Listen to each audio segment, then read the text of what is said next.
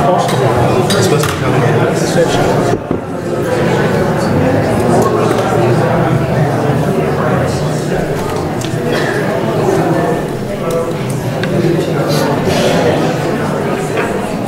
Folks, it's 5 o'clock. I'm going to call the meeting to order. We're having a joint meeting of the MCHD and the SHS hospital boards this evening. Fred, would you call roll for the MCHD members? I'll get this thing to work.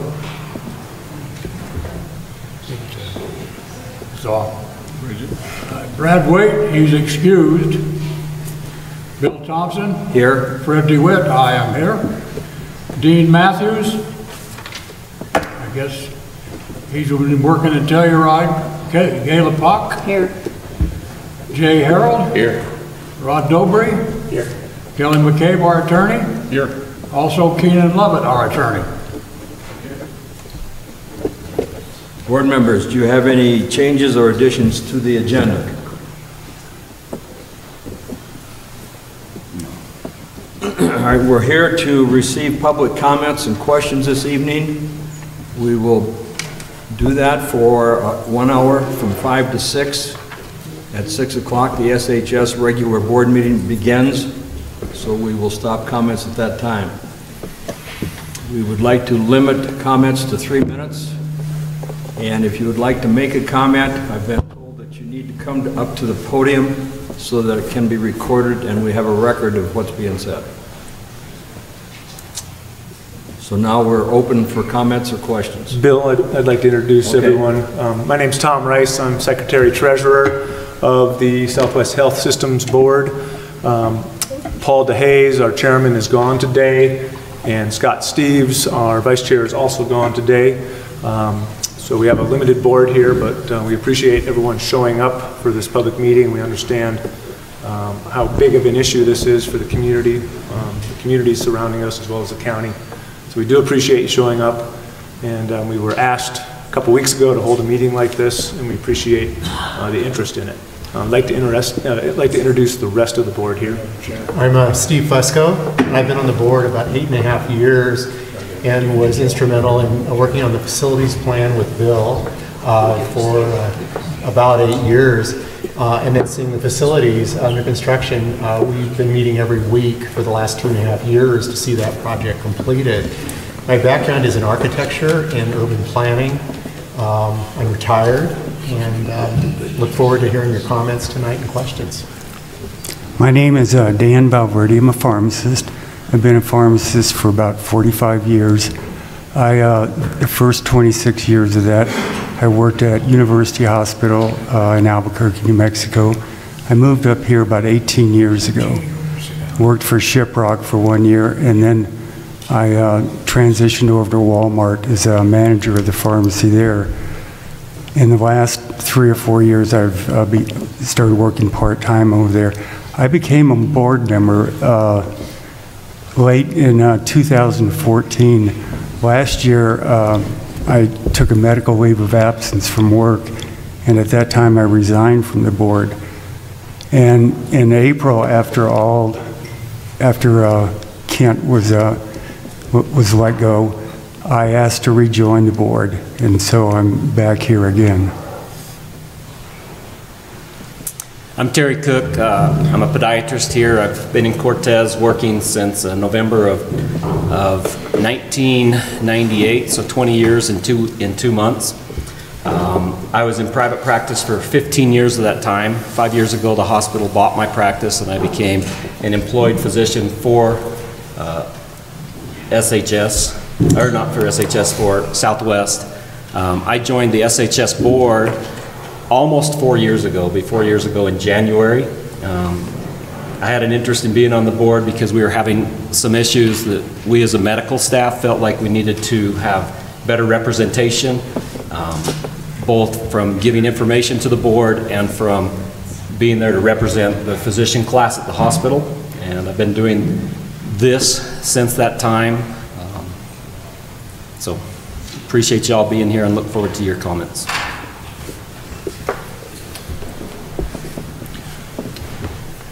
Do you want to start out? Sure. With a quick overview and introduce yourself, please.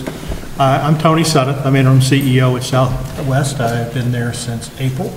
Was brought in by Community Hospital Corporation. And before we get started, I just want to give a little bit of a presentation to show you a little bit of the overview of where we came from as an organization and how we reached some of the conclusions that we reached earlier this year and had to make some of the changes that we had made. If you were at our board meeting last month, at the SHS board meeting last month, you actually saw most of this, but I want to go through it again just for those people who didn't see it at that point. What we saw at SHS was a very troubling trend in our operation results going back through 2015 and forward. 2015 was actually a fairly good year for us. We ended up with a positive bottom line of $1.7 million. 2016 was actually even a little better than that, where revenue expenses were actually $5.2 million. Unfortunately, between 16 and 17, there was a real substantial change, over almost $13 million when we saw the bottom line results of 2017 drop to a loss of $7.899 million for that year. When I got here in April and we started doing the analysis of where they were and trended out 2018, it became very obvious that 2018 was not trending any better. It was actually a little bit better, but still a very negative bottom line. We were trending at almost $6.7 million loss for the year. Very obvious at this point that we needed to do something pretty drastic to get things back on track. Here's just the trend again showing where our revenues were going and where our expenses were going over that period. We were seeing our expenses actually outpacing our net revenue, which was the biggest obstacle what we were dealing with. Also note that during this time, back in 2015, our total salary, wages, and benefits were about $29.5 million. We were projecting out that this year that would be about $36.3 million. Last year it actually ended up at over $37 million. In 2015, we had 344 full-time equivalent employees. That had grown by 2018 up to 423 employees. So almost a 79 employee growth over that particular period, which was where a big driver of our expense. Also during that time, we saw a major drop in our our cash and our days cash on hand. In 2015, we ended with $12.7 million. In March of 31st of 2018, that had dropped down to $2.5 million. Days cash on hand back in 2015, 97.7. We were down to 15.3 days at the end of March in 2018. We have a debt covenant requirement on our debt service that we have to be above 80 days. Obviously, we started missing that back in 2000. By the end of 2016, actually, we were already below that mark, and definitely continued down again to that 15.3 days where we were. Here's where the troubling analysis came at 3/31. We were generating about $144,000 a day in net revenue. We were expending about $167,000 a day. So we were having $22,000 a day go out the door more than we were bringing in. As I said before, we had $2.5 million in cash in the bank. So what did that mean? Had we not done anything differently than we were doing at the end of March, we would have been totally out of cash in 111 days. Doors shut, locked, done. No way really to recover at that point. So that's why we were at the point where we needed to start making some pretty drastic changes, and we did. That was what the result of the RIF was, or the RIF was a result of that, actually. We have seen some change. We've seen some growth in our revenue over the last few months. We feel like we're actually going to now, with the changes we've made, the expense reductions that we made, we're going to see a better result in 2018. Certainly not where we need to be, but an improvement over where we would be. We've seen revenue go up. We've had some pretty substantial changes in some of the things we're doing in our revenue cycle that's bringing more cash in the door. We've been able to lower our expenses. And so as a result, I now think we're going to see a revenue or expense loss of this year of about $3.5 million, somewhere around 3.5. So we have made a pretty substantial improvement in that. Again, nowhere near where we need to be, but what we're doing is actually working, and we're starting to see that improvement. The last 2 months, we've actually had positive bottom line numbers, which is something we've not seen for a while. So we feel very confident we've got things turned in the right direction anyway. So that's really that. At this point, I guess we'll open it up. Yes, I'd like to open up to public comments. We'd like to have you stick to 3 minutes. Obviously, we know it's an important issue, so if you're going over 3 minutes, that's fine, but please be aware that we have a number of people that would like to ask questions. And please state your name, and maybe you can direct the question to a certain person on the board or a board, whether it's SHS or the health district.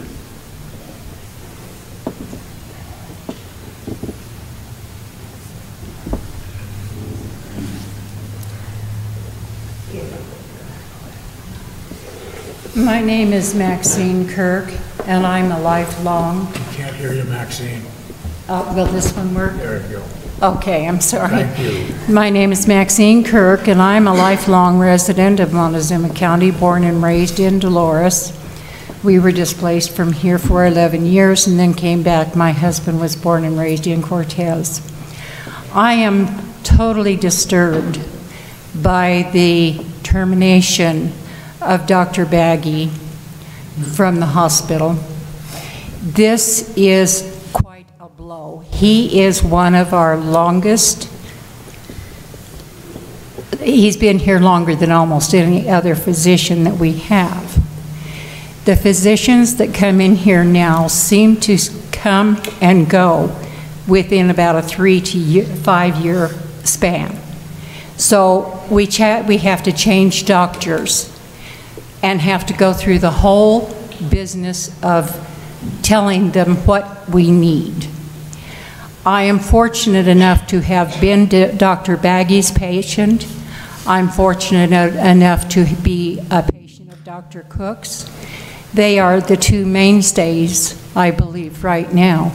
I don't know who the other orthopedic surgeon is that is leaving, but we don't have too much choice, and it just seems that for some of these services, we're being forced to go to other places for our medical care, and I don't like that. I can't drive to Durango. I have to depend on someone else. And I can't certainly drive to Farmington, which I would not even if I were taken there. I like our hospital. I've been a patient there many times, and the care that is given there is outstanding. I hear people complaining about it, and I just don't understand why, because I like our hospital. I don't particularly like what's going on with it right now with all of the building and letting people go who have been here for too long. It just seems unfair, and I don't see really the new buildings being of great value. If we're losing money, why keep building? And so that's just how a few of my thoughts. I could stand here probably for the next 2 or 3 hours, but I won't. I'll let somebody else talk. Thank you very much. Thank you, Mrs. Kirk, and we certainly recognize the importance of the orthopedic program to the community and folks like you, and that there currently are a variety of moving parts with that particular program, and the SHS board is committed to working with the leadership at the hospital and trying to figure out how we can remedy this situation and keep good doctors in the area. Obviously, attracting doctors, teachers, what have you, to whatever to this community is important and a difficult thing. But again, we're committed to taking a look at the orthopedic program and seeing what we can do to keep it strong. My name is Sandra Farlow, and I just recently had a hard-learned lesson. I understand that we contract with Dr. Manis out of Farmington for urology. I encountered having to go get a kidney stone taken care of, but the facilities here could not accommodate him, and I had to go to Farmington. I have gotten stuck with an out-of-network bill, got it paid, was told to, contest it, and I did, and I got a thing that says I now owe another $2,000. So that's insult to injury. So I have since requested to go to Durango so that I don't have to go through this again. And I mean, I got it taken care of, but it was a pain, and I understand, but I think it's something that you guys need to be made aware of, especially where we're located, and the fact that we have to go out of state, and the health insurance says, you're out of network. You're totally, kind of doomed. So I just wanted to bring that to your attention, for the next person that has that happen. Thank you. Thank you. Hi, I'm Sally Lamp, and my concern is with billing. I had surgery at this hospital, and 2 years later, I finally get a bill that says I owe a bunch of money. And I called just recently and asked why Medicare hadn't been charged on any of my accounts. And they had not billed Medicare since November of last year. I think this is wrong. Other offices managed to turn their billing around in a couple months, at least 60 days. I have a good health insurance. There's primary, Medicare is my secondary, and should cover everything. I got a bill for things that I didn't even have. I brought my own boot for an orthopedic surgery, and I was charged for another boot. I brought my own CPAP, and I was charged for another CPAP. Billing needs to be addressed and done in a timely manner. No business can stay afloat if they don't keep ahead of billing. I think, yeah, Tony, maybe you could address that. Sure, I agree totally. We've definitely recognized we have major issues in our billing department, and that's one of the initiatives that Community Hospital is working on to help correct. I don't know the specifics of your issue. I will say that's not a typical case that we're that long in billing, but I'll be glad, I'll be glad to talk to you about the specifics. If you want to give me a call, I'll be glad to talk about it, and we'll figure out what happened. I'm sorry? I tried calling and don't get an answer. I can't talk to the administrator. I can't talk to the assistant administrator. They tell me that they don't have your phone that I have to get a direct line. I was told that last week. Richard? Why don't you give your name and phone number? If you'll give her your number, we'll definitely talk to you. And then she'll make sure. Yeah. Did you get that? Yeah. Okay. Tell me. Well, then I'll chime in. I totally commiserate with you. I got bills this week, or last week myself, from 2014 and 2016. It's identified. We know we've got a major issue there.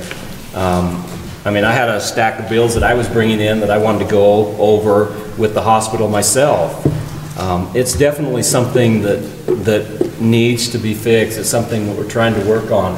It's something that we thought we'd have fixed faster than we've gotten fixed. There's a lot of systems that are broken. CHC came into absolute mess. That's not, I mean, we can't sit here and defend that at all, because we've all experienced that. Anybody that's gone to the hospital has gotten these rogue bills that come from time to time. Hopefully in the next few months we'll get that down. We've got our our billing days down to, they gave us this to 10 or 11 days, from when something's posted to when it's sent out. Our goal is to get that down to 5 days. I went to a system outside of here a while back, and I was seen on it Thursday, and I had a bill at my house on a Monday. That's what we would like to get to, because people are a lot more likely to pay their bills. I mean, I got it from the hospital, I don't like it, and I'm thinking, I don't want to pay this. It's been 3-4 years since some of these. And so we understand that, but understand we're also going through all of this backlog of stuff that has been stuffed in a corner here and stuffed in a pile there, and we're pulling that all together to try to get our house in order. And we're sorry. I'm sorry that it's like that. And that's what we're trying to fix. I think we're all trying to make the system better, and we know that there's a lot of areas where we're deficient. I'm going to set some paper down here if anyone wants to write their name and phone number.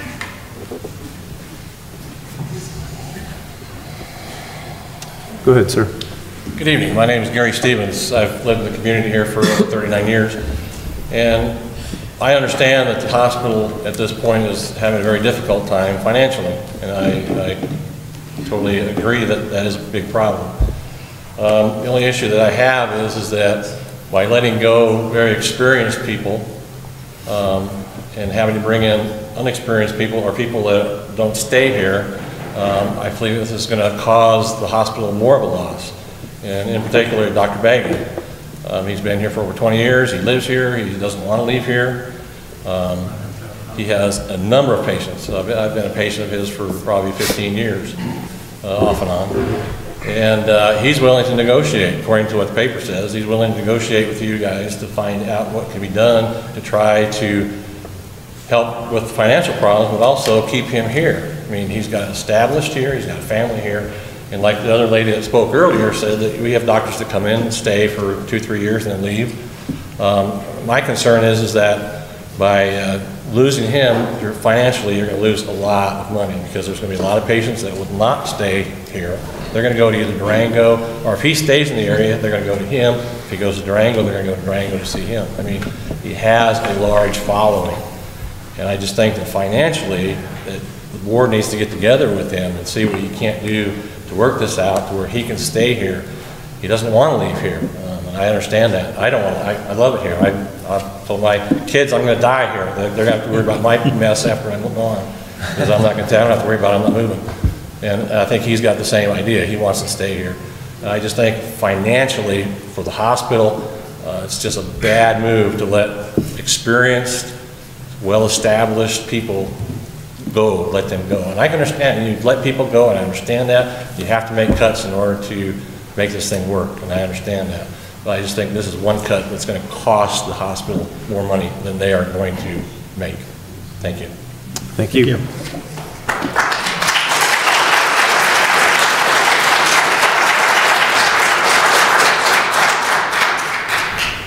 I'm Marcy Cummins. I was the Director of Strategic Quality Management for the hospital for about 10 years. I left in 2003.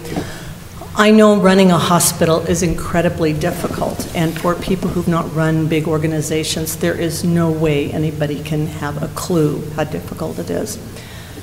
I have just one question, and that question is, when I was at the hospital, managing our ratios was a major thing that we watched every month. And I can remember doing control charts so that we knew not only what the ratios were that month or that quarter, but that we knew where they were going over time. If we had special cause occurring, if there was common cause going on, we knew where those ratios were. I just cannot believe that the hospital is in a position where ratios fell below where they needed to be. Because that's something that, as I recall, has to be reported to the hospital, the county hospital district on a regular basis. And it's the responsibility of the SHS board to make sure those ratios are met. It's the responsibility of the MCHD board to receive and monitor those ratios. In my wildest dreams, I cannot understand how that happened. My question is, how could that happen? I mean, because it seems to me like that's due diligence of both boards.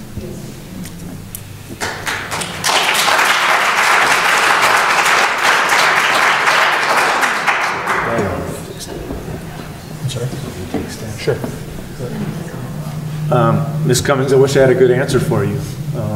I think it boils down to the fact that both boards are responsible for the functionality and the success of this hospital. At our last meeting with the health district, we all agreed that we needed to work closely. There's room for improvement. I think the people at this table, or at this table, I guess we'll call it, are responsible for the success of this hospital. Skepticism is natural right now because of the situation we're in, but both boards have made a commitment to work closely. We've had to make some difficult decisions that obviously are not popular and may have not been well thought out, but ultimately we need to do a better job and to answer these questions to get this ship in the right direction. How come you didn't know that you weren't making ratios? I don't get it. Poor information, bad information to boards. That's scary.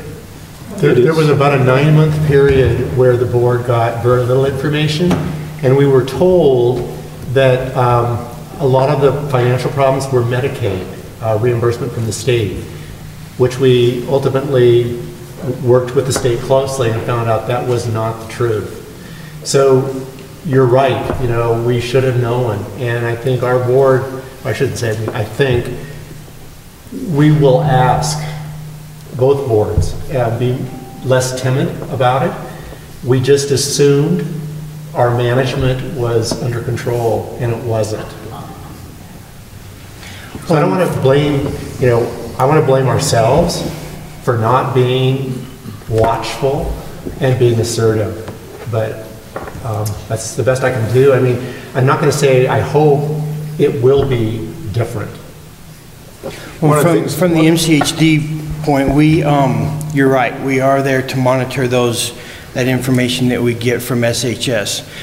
SHS was giving us the information that they had, so we had no reason to question what the reports that we were getting. The minute we got the reports from SHS that were below their standards that they had to keep, we immediately addressed that with SHS, and that, I can't remember the exact time frame, but the minute that happened, we all kind of learned of it at the same time. So when we got that information, that triggered a lot of movement to get those numbers back where they needed to be. So I know it seems like it hit right now, but it's actually been in process for a little bit of time. We just takes time to work through that. Why and how do we fix it? The SHS board about 3 months ago reconvened a finance committee, which had not been active for I'm not sure how long, because of the fact that we were not monitoring the information as we should have been, nor were we getting the correct information. And so one of the commitments we had to make was to be more involved. My name is Stacy O'Shields. I guess my question is simply... Can you speak up, please? My name is Stacy O'Shields, and my question is pretty much the same as Marcy's, but I'm wondering where when you showed that in the 3/31/18 that there was 111 days of money left before the hospital closed down, I'm kind of wondering where did the alarm come from? Did it come from somebody at the hospital to the SHS board, or was someone at the SHS board? I mean, did somebody suddenly say, oh no, we're in a load of trouble? I'll take that one, Tom. You know, we watched the days cash on hand. From the day we signed the loan, our days cash on hand went below the level that we were supposed to have the next month. The amount of money there, we're supposed to have 80 days cash on hand. And we slowly watched that trickle down until fall of last year, it was down in the 30s. And we kind of stabilized there for a little while. In October and again in December, I asked specifically our CEO if we had any issues with our bank because of our days cash on hand, because we were out of compliance. He specifically said to our board, no, I've been in contact with the bank, we're totally fine. And again, it came back to this Medicaid money that they were promising that we hadn't been paid right and there was monies due. We actually had people from Medicaid, 4 or 5 people twice, come down, visit our facility, talk to our financial people. We totally believed at one point there was over $10 million owed by Medicaid, and we had no reason to doubt because Medicaid was here trying to work with us to get that money. We were sold a bill of goods that wasn't there. So what we found out that twice the bank had talked, or 3 times the bank had talked to our CEO and had specifically told them that we were going to default us. Our loan was going to default. But he told me, he told our board in our public board meeting, no, the bank's okay. I've talked to them, they're fine. That's really hard as a board member to say, well, I don't believe you, I'm calling the bank myself. We didn't make those calls. We have to believe the people that we have in those positions. That's why some people aren't in positions they were, because of lack of trust. And so that's about the time when we really realized, hey, this isn't right. We found out there wasn't a lot of Medicaid money coming. I mean, a few $100,000 instead of $10 million. And since that time, we've been putting these steps into place. It's taking a lot longer than any of us thought it would take. It's a slow crawl back out of this deep hole that we're in. You know, I personally am embarrassed by that. I'm embarrassed that we're sitting here having to have these conversations. I'm very grateful that people are here taking an effort. You know, I've been on the board for almost 4 years, and every board meeting's an open meeting, and short of 1 or 2 people from the community, nobody comes. Nobody comes to hear. You know, only people come when the problems really hit the fan, and they've hit it. You know, they've hit it hard. And so we're trying to do the best we can to rectify that. And like, you know, somebody else said, instead of taking things on base value, we're asking a lot more questions. We're saying, prove it, instead of just accepting that. Terry, wasn't the date about February of 2018 when we started to see this with the bank and our administration, that we weren't getting the straight story? Well, our attorney got a call from the bank probably about January 31st, and that's when they said, hey, we've been talking to your CEO for 4 months telling him you're in a problem. He's not responding to us. They reached out to our attorney, who then let us know, and that's what really set things in place to start the changes that have taken place, where we had to really start looking at the numbers. When CHC came in and we got a new financial, we went from having mid-30s of days cash on hand to 15 days cash on hand. And that's not because that in 1 month we dropped 20 days. It's because the computations that we had been given were incorrect. And the new data, the corrected data of what we really had, made it twice as bad as what it was going into that. Well, the other thing, Terry, we didn't get any financial data, I think it was September, October, November, December of 2017. Well, we got funny data, because it wouldn't come to the board meeting. We'd get it 2 or 3 weeks later. But we weren't getting finance reports. It would come as you know, kind of a abbreviated report. So, and that should have raised a lot of our hackles. That should have put us into some serious concern. But we have very knowledgeable people. Paul DeHaze is president of a bank. He understands finances. We had, I can't think of her name now, our tax. Dolores Sheets. Dolores Sheets, who was on our board. She was looking at our numbers. She's a number person. I'm not a number person. I don't, you know, the numbers they put up there, they make my head spin. But we had people on the board that were expert at that, and they didn't recognize this, the changes that were happening, because the numbers we were given were modified, so they weren't as bad, and we were promised a bill of goods that wasn't going to happen. And it kept getting worse. I mean, from the time of January, the decline, you know, was rapid, and then we were aware and did damage control as quickly as we could. Please. Hi, my name is Nancy Marion, and I've lived in the community for 17 years. First, I want to say that I haven't had the opportunity to spend the night at the hospital, which is probably a good thing, but I've had plenty of procedures there, and the medical staff, the technical staff, and the administrative staff, and quite frankly, in my example, the billing staff also has been very competent, kind, and helpful, and I appreciate that, and I certainly don't want to see the hospital close. I understand you have a huge hole to dig yourself out of, and you know, I understand that. But actually, I'm here as another voice for Dr. Baggy, and in 2007, I suffered a fall, and I completely severed my PCL, tore my ACL, tore my MCL, and tore my meniscus. And my husband, at that time, we didn't really know any of the doctors here, and my husband said, oh, I think you're going to have to go to Durango for that. Let me call some of my buddies in Durango. And the buddy said, you've got the best orthopedic surgeon right there in Cortez. Why don't you go to him? So I did, and anybody that knows me knows that I don't sit down a lot. I really wanted to get out and take care of this leg, and it was sore, but I couldn't wait to start hiking again. And I was looking forward to the ski season coming up. And I met with Dr. Baggy, and we got the MRI report. And at that time, he looked at the MRI and he said, you know, if I hadn't had the opportunity to get to know you, I would look at this MRI and sign you up for surgery. But because I know you and I know what you're trying to do, I think we're going to try this without surgery, with physical therapy and exercise. And since that time, I can do anything. I mean, I can hike and bike and blah, blah, blah, blah. But unfortunately, I think that's part of the problem with letting Dr. Baggy go, is that perhaps, and this is maybe rumor mill, but perhaps he's not generating enough surgical income if he's not using, surgery. And anyway, I just want to speak that as a patient, that works so much better for me than having surgery, and I am completely fine, and I would want to do that same thing again.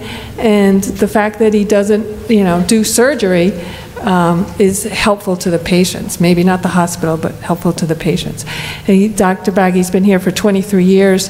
He has serves in the town as well on various nonprofit boards within the town, and also has been very helpful to both myself and subsequently my husband in their care. So I would hope that I understand the finances, not a little bit, and I understand I understand you have to make cuts, but negotiation might be the key to that.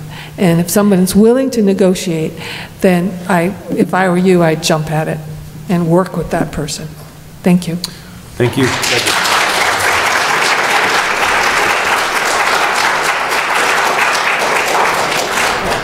Just one comment. Obviously, we agree the orthopedic surgery product line is very important in this area. And it's something we actually definitely intend to maintain, no doubt about it. We will look at recruiting new physicians if that's the way we need to go. I can't say that I'm not open to negotiations. I can say I've not been approached to that at this point. Maybe we will. Maybe we'll be able to reach an acceptable agreement. I don't know. What was true is that we could not continue as an organization the way we were going under that arrangement, and we had to make a change. Ultimately, we may be able to reach something, we may not. I don't know. It'll depend, but I certainly will be willing to sit down and talk directly to any physician that has a concern or desires to work here in this organization. Okay. My name is Steve Wilderson. I've been a member of the community for about 22 years, and I'm going to speak more on behalf of Four Corners Home Builders Association.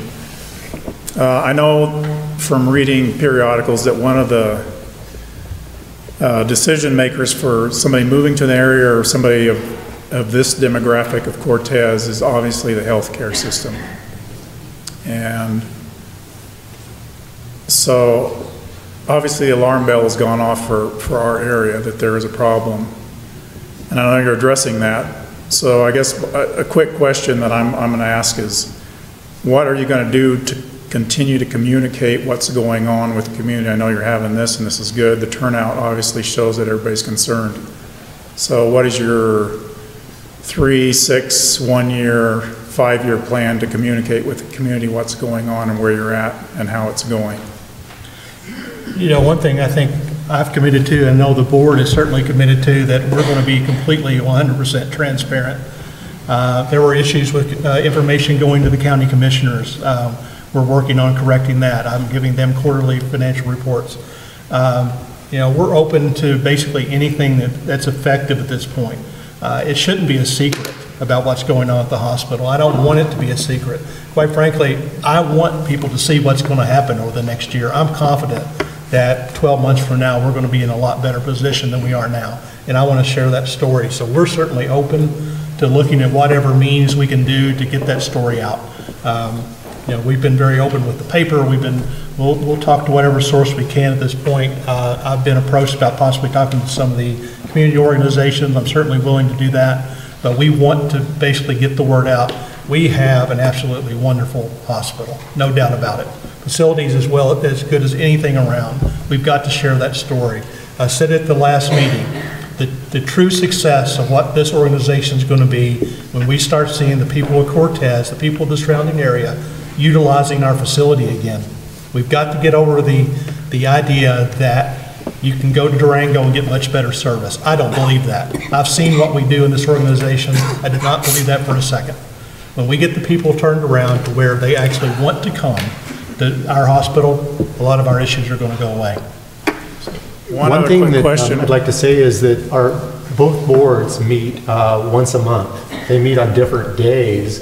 MCHD board, and Bridget probably could help me on this, as to which Wednesday it is. And Second Wednesday. It's the second Wednesday for MCHD? Yep. And then the SHS board is at the fourth? Yep. Wednesday. And typically we've been meeting what we call the ambulance garage on the campus, hospital campus. And for both boards, we have a public session to have comments and questions. And then both boards actually see financial information and review it and what's going on. So you're all welcome to come to those on a regular basis.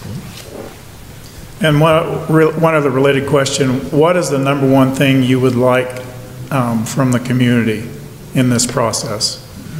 To pack the house like you've done tonight. Tell our story. Again, if you come to utilize our facility, you'll see what you have as an organization. This is your hospital. I mean, it is your community hospital. And if you could share that story, again, volume solves a lot of our issues. And if we can get people to return and start utilizing our facilities, a lot of this becomes very easy. So. Thanks, Steve. Is it my turn? Yes, please, Dr. I'm Dr. Bill Rayner. I'm a general surgeon, and I've been here considerably longer than Dr. Baggy. And I think we are both very dedicated to this community. I mean my comments very respectfully. I just have 4 very brief comments. I won't trouble you much. I don't really require a response, but they're mainly meant to put out to the hospital boards and the public to think about. The first one is Montezuma County Hospital District is actually a representative of us. It is the landlord for the hospital. I need it to be a responsible landlord. If I'm a landlord and my tenant tells me I'm doing the best I can and I gain information that they can't, that their debt is bigger than what they can pay, I need to start thinking about some action. Maybe even eviction. Number 2, this is a very self-serving comment, but this has been happening over the past several years. I've been doing procedures on patients in this community for 29 years. In the past few years, where the majority of physicians here are employed by the hospital, these patients that I have served have gone to a hospital-employed physician who has recommended a procedure, like a colonoscopy, and they've said, okay, I'll go to Dr. Rayner because that's where I've gone before, and they have been told specifically, no, you must utilize our Southwest Health Systems employed physicians. I think that's deplorable and unethical. Number 3, Dr. Baggy, I wish you all the success. According to the Durango Journal, you're going to go into private practice. What does it say here? I've still got 1 more minute. Baggy will have privileged status at Southwest Medical Facilities to provide care for patients as a private practice doctor. I know your circumstances are different than mine, but I hope that your endeavors meet with better success. I know that when I wanted to continue working at the hospital in private, I was not allowed to unless I was going to continue every 3rd night call. Number 4, very quickly, I have a lot of respect and appreciation for all of our SHS board members. They give of their time, but I also think that they need to be held accountable. They have held the CEO accountable, the CFO accountable, as they should. they need to be held accountable. And I recently asked one of my friends on the board, have you thought about discussing maybe selling the hospital to one of these bigger corporations that manages networks of hospitals? And the response that I got was, we would never do that because they just use our hospital as a funnel to bring them business. Well, let me tell you, we're shipping out most of our business right now. And I think maybe we should be considering some alternatives, at least having a discussion about it. And I appreciate your attention.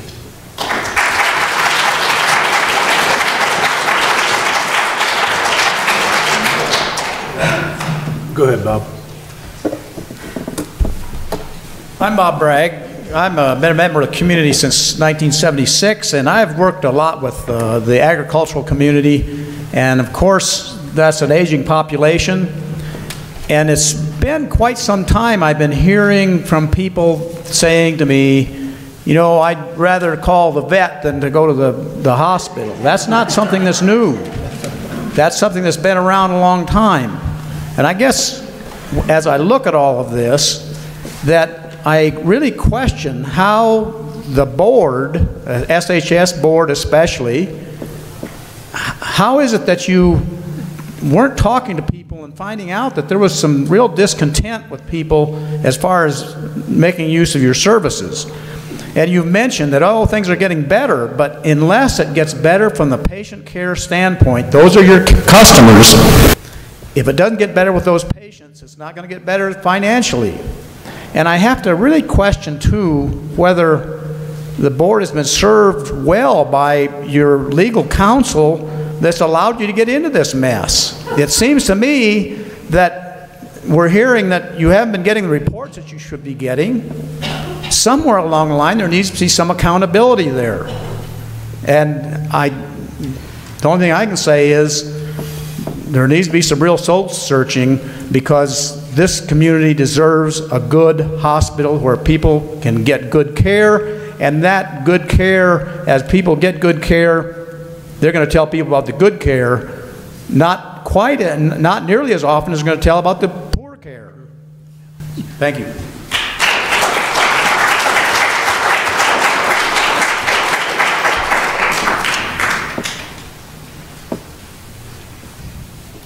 My name is Mark Foster. It's really hard to listen to some of the opinions that you put forth, and I'll give a few reasons why. You admit that CHC came into a mess. That mess was caused by the boards. It's your responsibility. Excuses are what they are, but the bottom line is it was your responsibility. It sounds akin to when the government gives a bailout and we, the public, are stuck paying for it. And we are paying for it. The employees are paying more money every month because of the renegotiation of the benefits, the cafeteria prices, so on and so forth. So it's costing me more money. It's costing all of you more money. Is it costing you guys more money? What specifically are you doing to change this? What's it costing the boards? I.e., is some of the paid positions being lowered, or is those being renegotiated? It seems like you're negotiating, or dealing with Dr. Baggy in such a way. Are some of the paid positions on the board being dealt with the same way? Also, what I've heard from you is admitting that it's your fault. Why are you admitting this, and are you still being allowed to keep your positions? Also, could it be possible how the board treats individuals unjustly and unethically, in my opinion, such as Dr. Baggy and a lot of others? I could probably give you more than you'd care to list, but that unjust and unethical treatment be a cause, a critical reason for how this debacle happened in the first place. Also, you state transparency.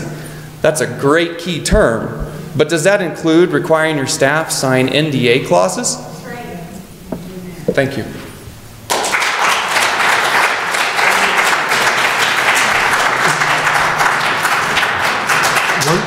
One thing I'd like to mention is the SHS board does not operate the hospital. Our responsibility, we hire and we oversee the CEO of the hospital. The CEO is then entrusted to manage the staff, those decisions, in moving us forward. So our main conduit in our communication, our reliance is on that CEO person. We are not in the hospital doing work, knocking on doors, asking questions. When I first joined the board, I did a little bit of that because I thought, I'm here, and I still am, to support the community. But it's not to come in the middle between the CEO that we have hired and oversee and me to interfere in that process. So that's an important point. It was mentioned about, well, why don't we, by Dr. Rayner, about maybe sell the hospital? Well, MCHD would have to be on board with that, and if that would serve us better, and hearing that from the community to investigate it further, maybe that's a thought. But what we've done, the SHS board hired CHC, I think it was effective July 1st, a contract to oversee us for 5 years. They manage other hospitals, 12, 13 other hospitals in the nation, and or more than that. Anyway, that is kind of the function, and so we felt, yes, we were blindsided. We didn't have the detailed information in the billing cycle, the nursing staff, physicians, and so they bring in a team of people that have come in and communicate, and they then have an ongoing to-do plan every month, and the board is made aware by CHC of the action that each activity. We were not getting that, so we have hired someone to make us more aware of what's important, what's critical to follow through on. And so we are very happy at this point with CHC and what we've seen, but we're going to be relying on them to tell us the truth from here on. They have, rather than one person relying on it, it's a team of people. So I'm more confident that things will be in better shape. Well, and our board is a board of 7 to 9 people. We currently have 6 because we had a resignation. There's 3 seats open. Anybody can apply to be on this board. I encourage every one of you to stand up and take that challenge. Come and do it, Come and sit with us. Find enough people, I'm willing to vacate this seat. Because right now, nobody wants it. Nobody's coming to say they want it. Nobody's putting in an application. Come and get it. It's a lot of fun. We get paid nothing, 0. There's not $1 that I've received from this position. There's not $1 anybody on SHS has received for being on here. We're donating our time. We're away from our families. I can tell you this has been one of the funnest periods of my life, and that's true sarcasm. It's affected my life. It's affected my relationships with people. I don't feel comfortable going downtown in my own town. Scott Steves is leaving our board and moving out of our community. He was accosted with at least one of his children in front of him or with him 4 times in our community in the last month and a half. He has chose to leave. That's what it's all about. That's what this brings you. That's what serving on a board is going to bring people. I can see why nobody else wants to do this. It's not a power trip. It's not something that you're like getting up in the morning going, look what I get to do. This is tough. This has been horrible. There's been tears shed. There's been agony over the decisions we've had to make as a board. It's not an easy process. None of this has been easy. It's still not a proven thing that this is going to work out. We're still fighting day in and day out to keep a hospital here. I love Cortez. I'm from Blanding originally. I moved over here, brought my family over here. This is where I want to be. I don't want to go back to Blanding. I have a job sitting there for me anytime I want to go. I want to be here. I want to make this community successful. That's why we're all here. And so I understand the frustration. I have the same frustration. I work for this facility. I had my insurance cut. I voted for it. I had my benefits cut. I voted for it to try to make this place survive. You know, 40 people lost their jobs in our reduction in workforce, but everybody else that stayed lost part of their income. It's not a big thing for me. I make a really good salary. These people are, you know, the housekeepers and the security and the maintenance, they don't make anywhere near what I make. It hurt them severely. I know that. I feel that. And so we're just trying to do the best we can, but I would highly encourage you to come on, you know, put in an application, come and serve with us, try to help us, try to be part of the solution. To the chairman, Bill and Tom, I would recommend that we go a little longer and listen to comments until people have been able to say what they need to say. Of course. I don't have a problem on our board. I don't think we have a problem delaying our meeting. I think this is very important, and people need to have a chance to voice their opinions. Thank you.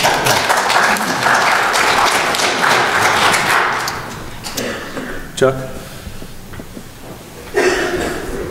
My name is Chuck McAfee. I want to share a perspective with you and ask you a question. My perspective is that I served on the SHS board for about 10 years, plus or minus, don't remember exactly. Things were different then because Marcy was there. She brought those ratios in and we paid attention to those ratios. We had a contract with a hospital management organization that provided the CEO and the CFO, so it was different. One thing that was the same but maybe different is that on a quarterly basis, I believe it was, we went to the county commissioners and made a report. I don't remember ever having a question from the county commissioners when we did that, but we did it. And I guess that still happens. So that gets to my question to you.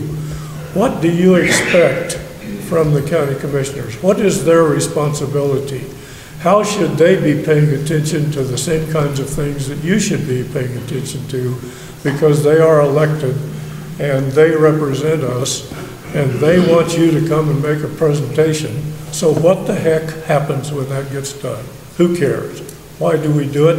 And what's the outcome?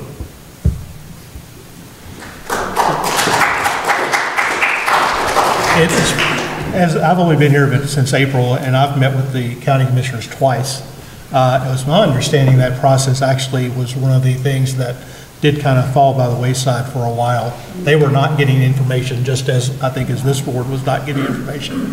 That's one thing I have committed to, that I'll continue to provide that information to them. So hopefully we've corrected that. But they do have an interest. They do want to know. They do ask questions. A lot of questions at the last meeting I was at, and so I think we do have their interest at this point going forward. Bill, does the district want to answer that too? Does the district want to? I don't have a good answer for you, except it's just like any other communication. Sometimes you'll learn a lot by communicating, and sometimes you just talk to each other and things go on and things go on, and then pretty soon you have another really good session of communication, and it's real important all the time, because even if there aren't issues, you need to have that communication to know where everybody's coming from. I will commit, and I'm not the chairperson, I'm the vice chairperson, but I will pass it on to our chairman, that I believe that is one of the things we really need to improve on also. I think in terms of transparency, the more communication that we can have with the county, for instance, brings in more questions. And the more communication and transparency we can have with public meetings that are well attended, like tonight's, improves communications and hopefully asks these difficult questions that maybe we as a board did not ask. And so it's a two-way street. Yes, we are responsible. We're responsible to everyone in this community, but we need you to ask these questions too of us. And I think tonight has been a good example of tough questions being leveled to both boards. which is an important part of the transparency and the communication that I think, are all committed to improving. I'm probably sticking my neck way out here. I'm just speaking as one board member, but perhaps we commit to 3 months having another community meeting like this, where we update where our status is financially, operationally, changes we've made, progress basically, and present to you. But again, I'm speaking just for myself at this point. I need to talk to other board members and basically to work that through an MCHD as well. But I think right now with kind of the issues that we have, the problems, it's good to just touch base in another forum like this that's publicized. Again, you're welcome to come to our monthly meetings and also continue to participate, join either board and participate that way. But I think it might be good just a community-wide meeting like this to basically check in and give you a status of where we're at that point. I think that's a great idea, Steve. Yeah, and financials are always discussed at each meeting. They're not an executive session, so monthly, we'd love to have you join us too, but I do believe the idea that Steve has is a good one. Thanks.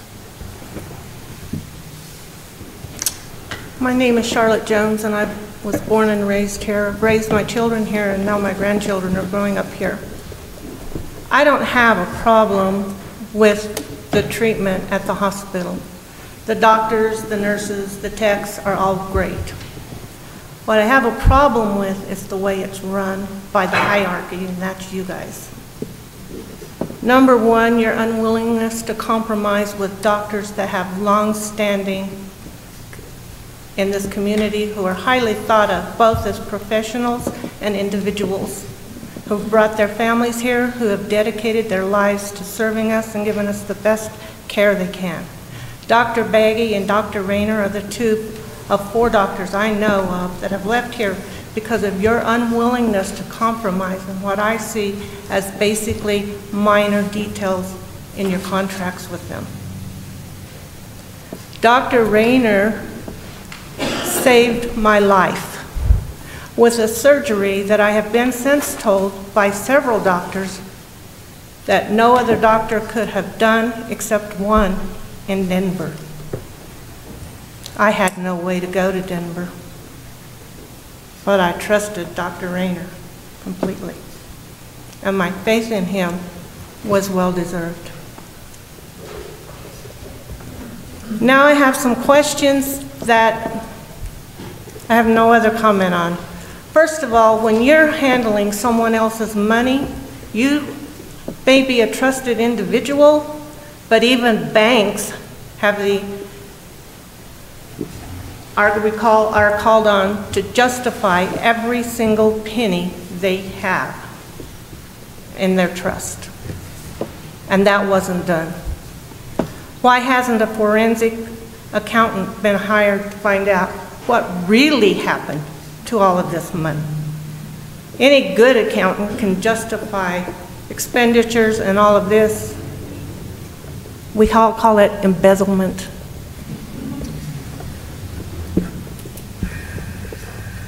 Next, I've already covered is your contract protocols.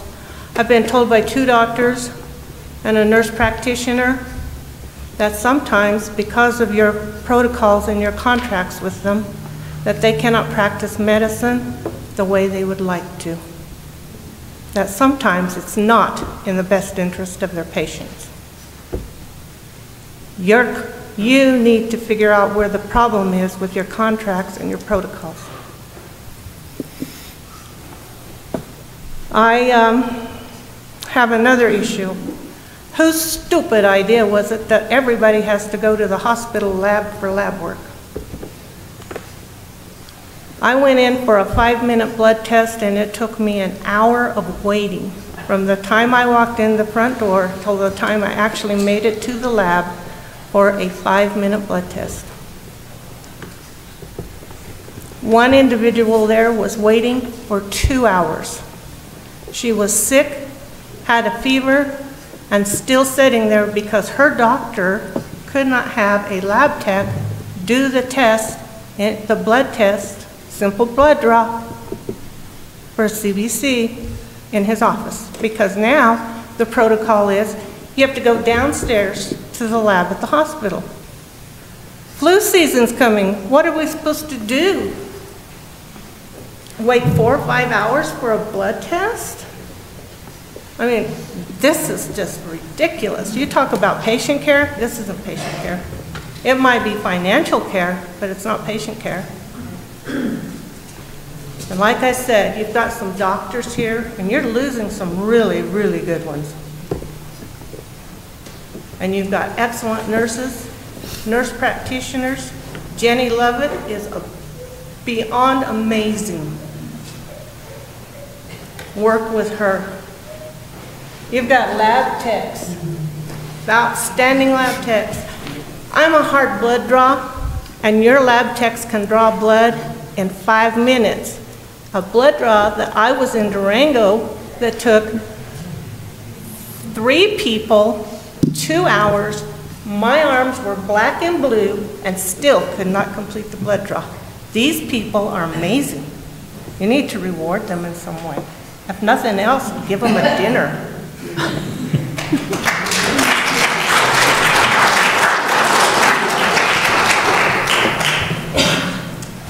My name is Mary Dodd. I haven't lived in Cortez for as long as the long-standing families and people here, but I came from Texas and Dallas.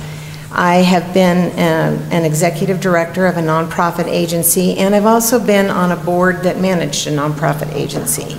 And I'd like to know what you're going to do going forward. And I don't just want you to, I don't want to hear, we're going to make things better, we're going to make it right, we're going to save our hospital. I want to know, and I think you should publish in the paper, your plan. I want to know what your personnel policies are going to be. I want to know how you're going to hire and evaluate your CEO and your CFO. You're their boss. I have been evaluated by a board and held to responsibility because I was in charge of millions of dollars of government and other nonprofit money, and I could never have gotten any of this past my board members. And you cannot have a personal relationship with someone to the degree that it influences your ability to evaluate their performance and their management. And if you do, then I think you need to recuse yourself or have someone who is an expert in personnel management and personnel systems do that evaluation. But I think the community deserves to know what your specific plan is to ensure that this never happens again to this community. Because there was a hospital, my understanding is from long-term residents, is that this community fought very hard to have a hospital, and it was in the old Johnson building, and that was before there was any, this was a community-supported hospital, and to have the rug pulled out from under their feet is wrong. And I know you know it's wrong, you've heard it's wrong, but you need to figure out and tell us what you're going to do differently.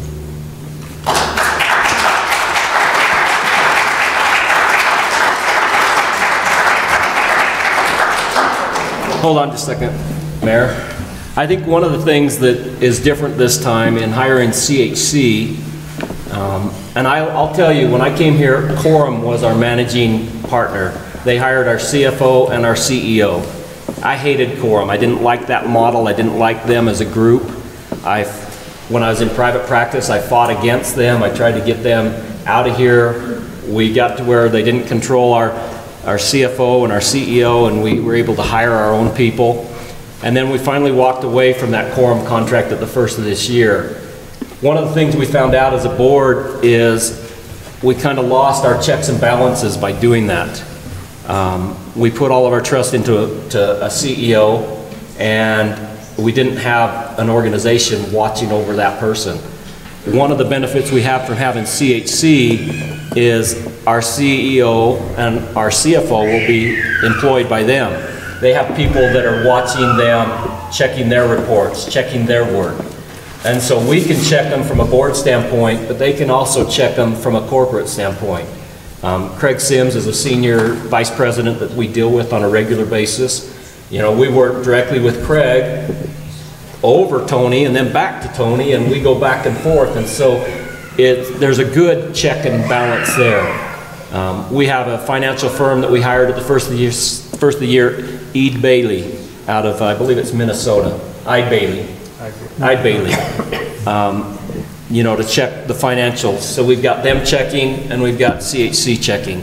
So we're putting the checks and balances in place that we didn't have before. We put way too much trust into one person and we lost. So we are trying to do better, and we're trying to put those things into position so we don't have this happen again. That's a partial answer to that, but that's what we're trying to do. And Mary, in terms of how we move forward with hiring new leadership, to be honest, I don't know if the board has a protocol or policy or procedure that we would follow, but obviously we need to ask tougher questions. My name is Karen Sheik, and I've lived in this community almost 45 years. I have a couple of questions. Number one, the hospital, I believe, still operates a walk-in clinic that was instituted for a variety of reasons, in part because it would give people the opportunity to be able to secure medical care without having to use the ER as a primary care physician source. Is that facility still open? Does it have regular hours? What's the status of that? Yes, it's still open. It's actually located in the Heil building that's right off our campus. We recently moved there 6 weeks ago, I think, somewhere around there. Yes, it is operated. It has regular hours. We have had some staffing challenges, so we've had a couple of days we've had to close, but for the most part, yes, we do operate that clinic still. Okay, and is it open 6 days a week, 5 days, 4, 7? 6. Okay. The other question, comment, I mean, obviously, we have a tendency lots of times to learn more from our mistakes than we do from our successes.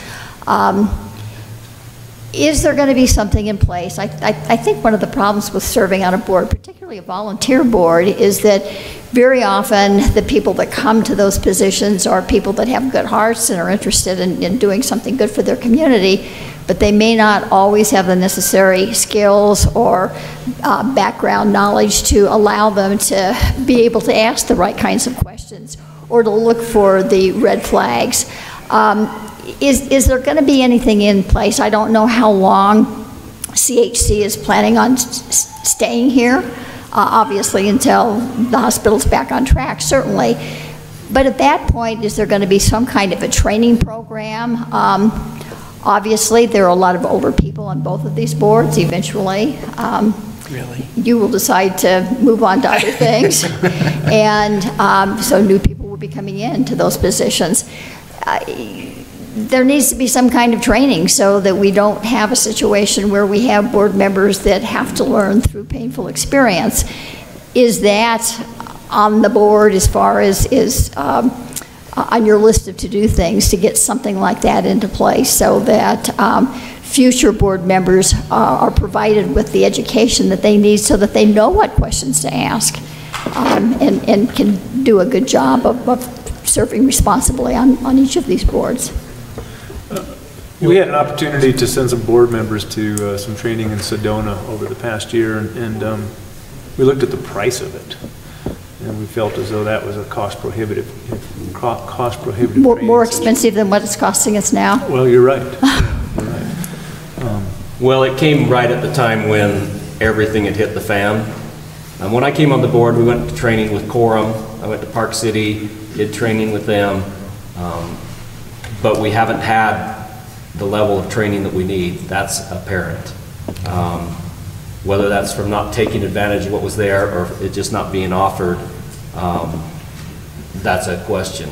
I can answer one of your questions from asking the right questions, and I'll tell you honestly, I feel like I was in a compromised position. in some respects, being an employed physician. There was questions that I know I probably should have asked. There was things I should have drilled down on personally, but I was drilling down on the people that, when I left that board position, were my bosses. You know, the CEO is my boss all day long, and I'm his boss when I come to the board meeting, and that's a difficult situation to negotiate. It's something that I've gotten better at over time, where I don't feel like I need to worry as much about, well, am I going to have a job tomorrow if I ask this tough question tonight? But it is a difficult thing, you know, for both me and for Scott Steves, who he's not employed specifically by the hospital, he's an independent contractor, but it makes for some very difficult thoughts to come to your mind, and that's not a great thing to do, and not a great position to be in. So I appreciate what you're saying there. Karen, you asked how long CHC will be with us. We signed a 5-year contract with them, so there's quite a period out. I believe there's a 3-year period that there's an out at that point that we can exercise, but we did want that long continuity.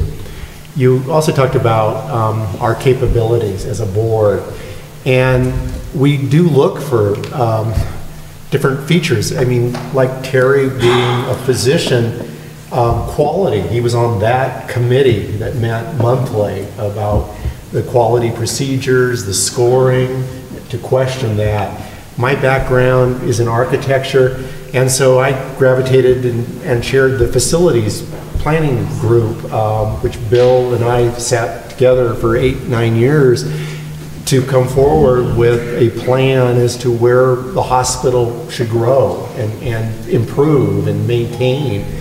And so I felt I brought my expertise at that point. Paul was mentioned, you know, he's a banker. He brings then the accounting numbers, you know, features, and we rely kind of on those expertises.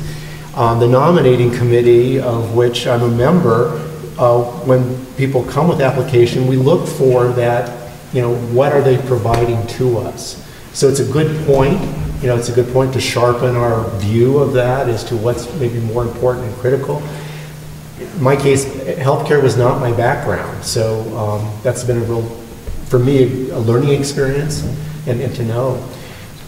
I just want to say to the community, thank you for coming tonight. I'm not cutting you off at all, but I want to say that, you know, we're here, and I think Terry talked about it, to serve you. You know, it's your community, it's my community. We're not here for any ego. We want to clear the air. We want to address your concerns, issues. We want to hear you. Ultimately, what I want to see, and I think my board, is your support.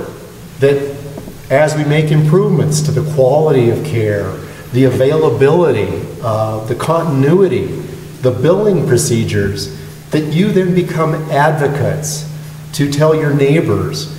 So much of my 8 years of hearing the negativity of 20 years ago, my grandfather died at the hospital and there wasn't good care. I want to have us all start together to say, we have the same goals to serve this community and do quality care and to be here for you. So I'm not saying tonight, sign up and support it. I want you to believe in us. But I want you to, as you are interacting with us tonight, to continue that relationship and understand where we're coming, hopefully, is for you, as your community, as my community. Just to comment on the mayor's question about the education of the board, and certainly while CHC has taken over the management responsibility, the day-to-day management responsibility, ultimately the board still retains the accountability for the outcomes that we're doing. We need a board that knows healthcare, and certainly every board that I've dealt with, it's been very important that they understand the industry, and so education is a very important part of what we will be doing with the board, is helping them become more knowledgeable. I've done this for over 30 years, and I can tell you this industry looks nothing like it did 30 years ago. it'll look nothing like it does now 5 years from now. I mean, it changes continuously. So education is a complete 100% ongoing process you have to do. But we, as part of the responsibility of CHC, is to make sure the board understands. It's easy for us when we're making recommendations, but what needs to be done as an organization, if they understand where we're coming from. So that will definitely be a part of what CHC does going forward.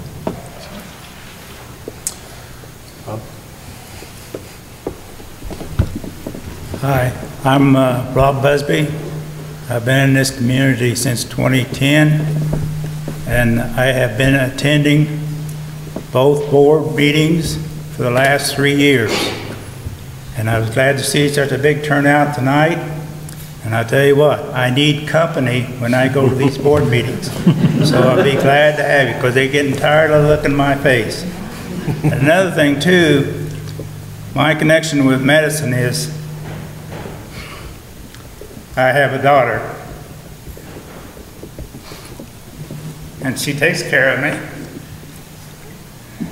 It's kind of emotional because she's a good doctor.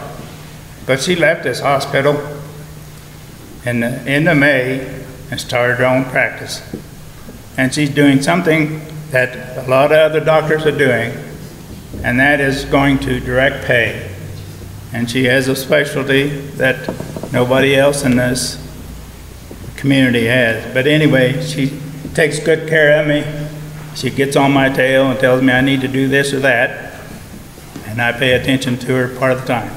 But anyway, like I said, I'd like to invite any and all of you to come join me as an audience at these board meetings.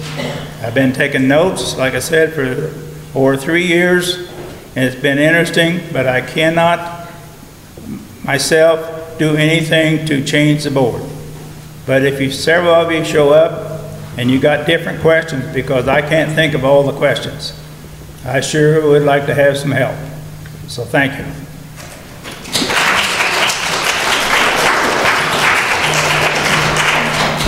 Rob, thanks for coming to our board meetings.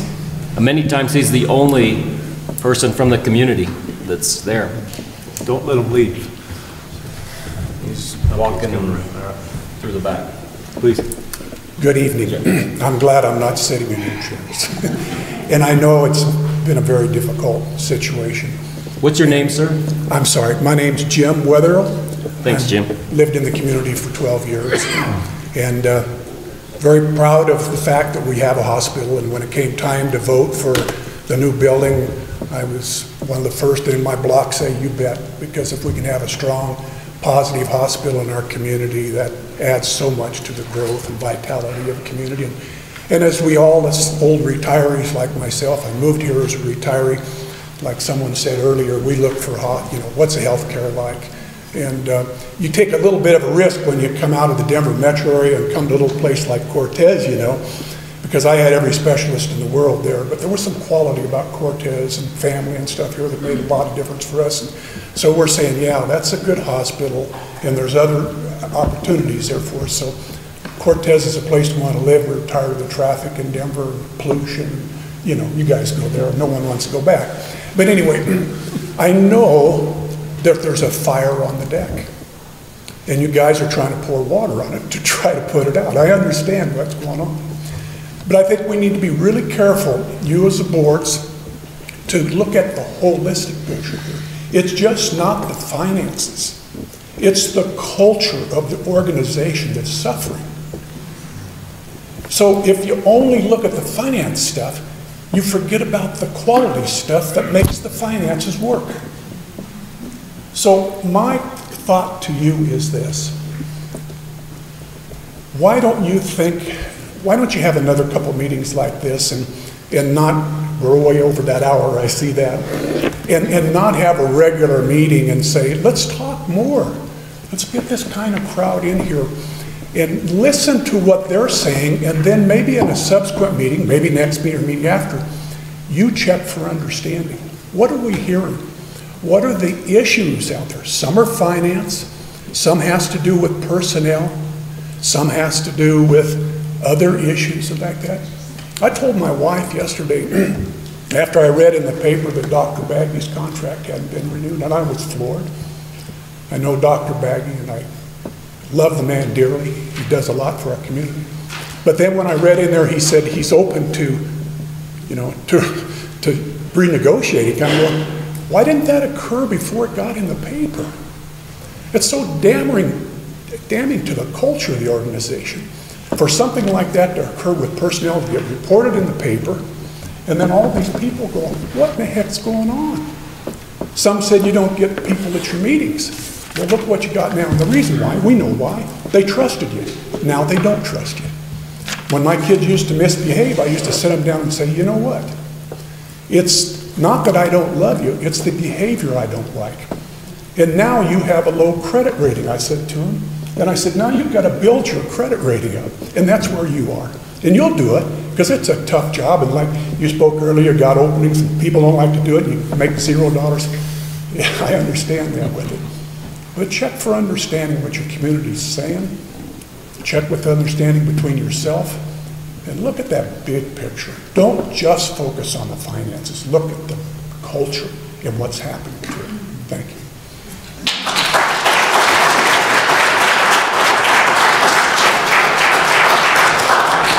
Please.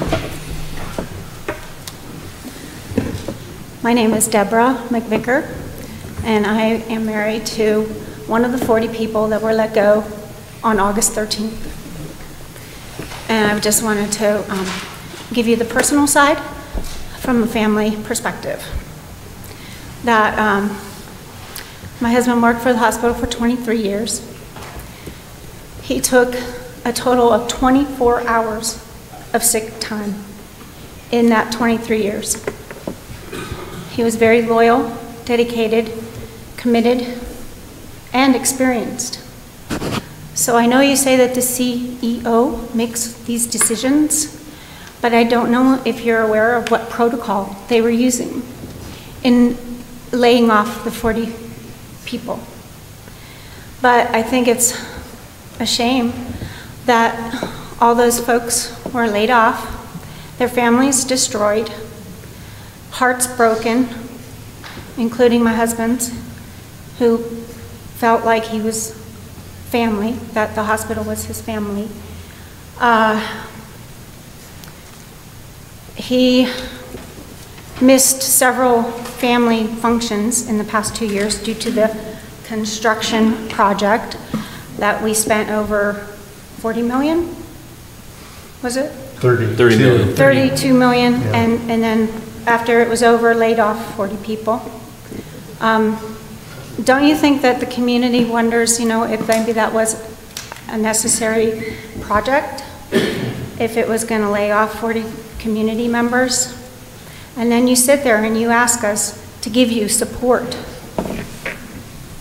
How can I do that when my family has been crushed and I won't use the hospital services ever again? I'm sorry to say, because I love my doctors. I love Dr. Baggy, I love Dr. Ballet, I love Matson, all the doctors. They're wonderful doctors, but I won't use them because I won't support the hospital. I'm sorry. And I just wanted to show, you know, the personal side.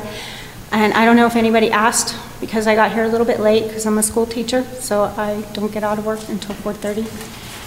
And I just want to know if you know, as a board members, what protocol was used when laying off those people, and why seniority and experience and loyalty, dedication, why none of that mattered.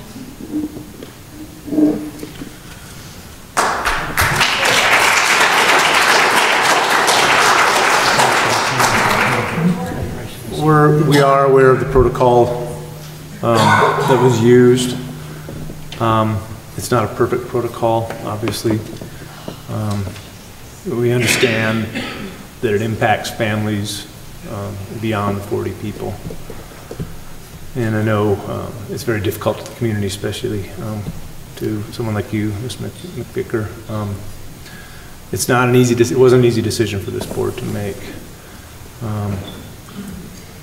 Why we had to make that decision, was that we were concerned about the longevity and the success as a hospital to be part of this community. And it doesn't make it any easier on your family to hear that. I certainly understand that.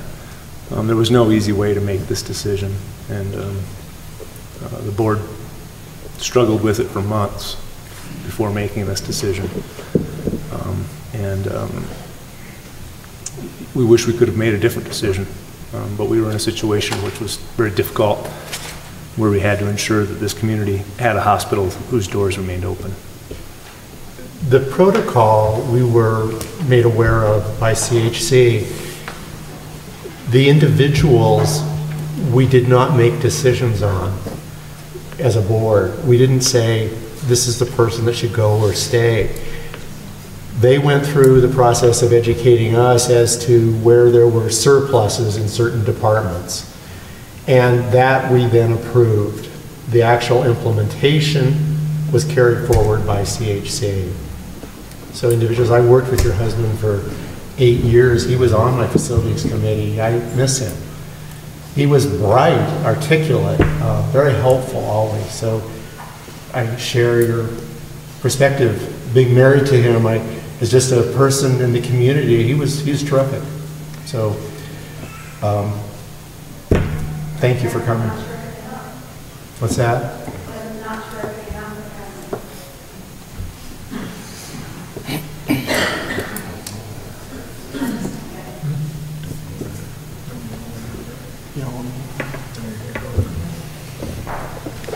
My name is Lindsay Yeager, and I'm an employee of the hospital. I'll tell you that up front. I'm a director of a clinical department. Dr. Cook, you mentioned that there were times you wanted to ask questions at a board meeting and you feared for your job tomorrow. I'll tell you that I'm willing to take that risk tonight.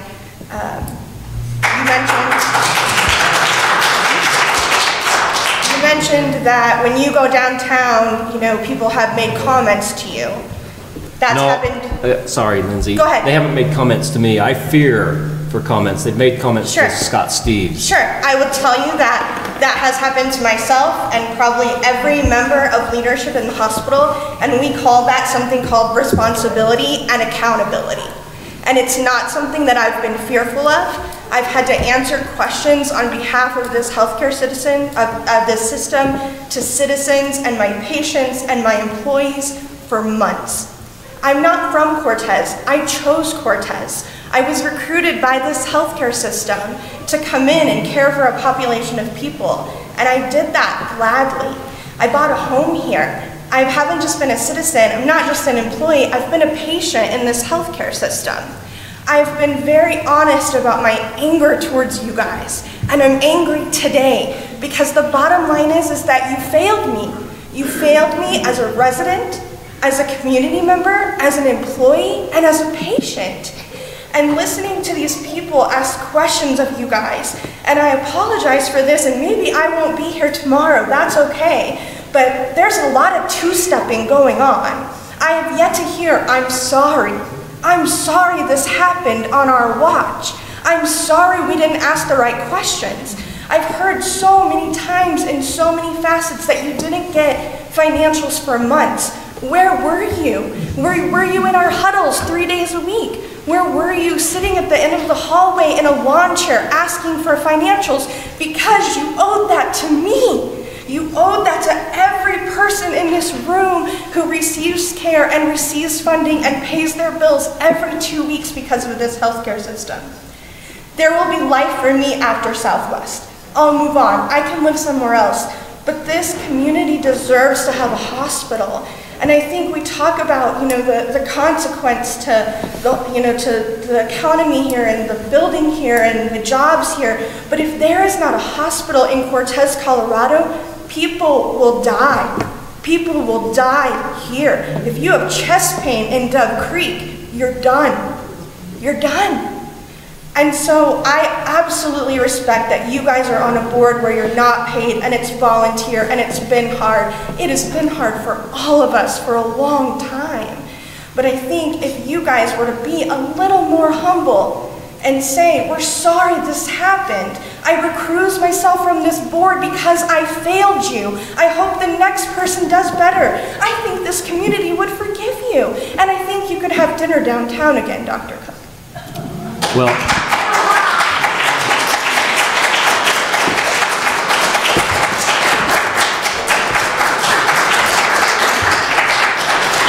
Lindsay, I appreciate your comments. I felt like I was saying I was sorry. But you have to say the words, I'm sorry. I felt like I said the words, I'm sorry. I am sorry. I apologize. I'm more than willing to recuse myself right now and walk away. If we all walk away tonight, who's going to sit up here? Who's going to do that? You know, I feel like, to me... Maybe you guys could explain, this is the first time in my time here that I've heard anything about the application process to the board. I often feel that people don't understand how all the processes work, how that happens, how only in the last few months have I learned how this board is accountable to this board and this board is accountable to the county commissioner's office, right? So I think there's a lack of understanding of how those processes work and how there's accountability on the highest level. And I agree, there is confusion about the boards. I was confused when I got on the board. One of the things I wanted to do was to consolidate the boards because I didn't understand the two-board system. But it was explained to me, and it's on our website, the reason we have two boards. It's a financial decision. It helps us. The MCHD board can go and get funds that this SHS can't. We can do things that they can't. And so that's why there's two boards in this county. It makes a lot more sense to me because I've done that research and I've looked at it and I realize now why it happens that way. I mean, I'll stand up right now. I'm sorry. I am publicly sorry. I'm sorry as well. We're very, very sorry for the condition we're in, and I'm sorry to improve it. You know, and it's not about pointing fingers. It's not about finding fault. We're all trying to work through this. You've heard other of my board members say, we've made a mistake. Maybe we've looked at things wrong. You know, with Dr. Baggy, you know, maybe there was a major gaffe in how things were addressed.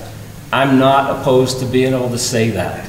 Maybe we need to look at it again. There's nothing here that we've done that we can't look at, that we can't try to fix.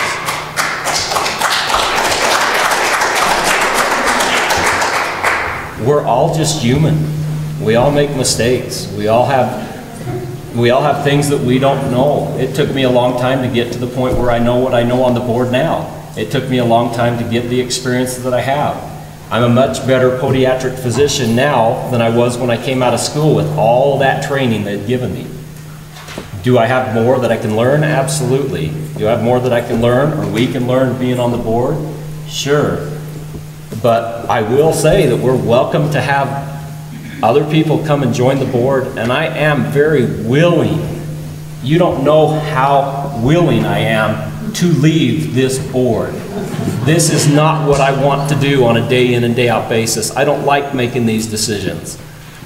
You know, Mr. McVickers is one of the people that I loved at the hospital. There's other people sitting in this room that I love dearly, that I had to make decisions on their lives. I had to agree to what CHC said. Not because I wanted to, not because I wanted to do this. Our hospital was at a point that if we kept that many people, we don't have the income to feed them. We had a choice of making this harsh, terrible decision, and 9.5% of our people left in one day. We had to make that decision for the lifeblood of the hospital, for the other 90.5% of the people that work there to continue to have a job, and for the 25 to 30,000 people that our hospital serves to be able to have this place to come, and not just come to a tertiary ER and be sent out.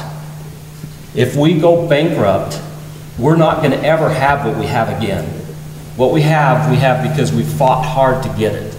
We have the services that we have, and we're deficient in some areas. But we have the services that we had to have because of people like Dr. Bill Rayner and like Doug Baggy that have fought for this community and fought to do this. We appreciate all that. And we're trying to do our best to rectify it. But to think that I haven't said I'm sorry, I'll say I'm sorry to anybody that I can. And I'm willing to walk away in a heartbeat if I think there's somebody that can come up here and have more experience than I have. I don't know who those people are. You know, I mean, I look at Mr. Candelaria down here, and I have a ton of respect for him that he's willing to put himself out there to be one of our county commissioners. And for anybody else that's running, you know, that's a fantastic thing. You know, I've served on the Band Booster boards. I've been the Band Booster president. I've been my Homeowners Association president for 5 or 6 years. I was on city council in Blanding. I've made a practice in my life of serving in my community, of trying to do better. I believe that we all try to lift where we stand, and we try to make a difference.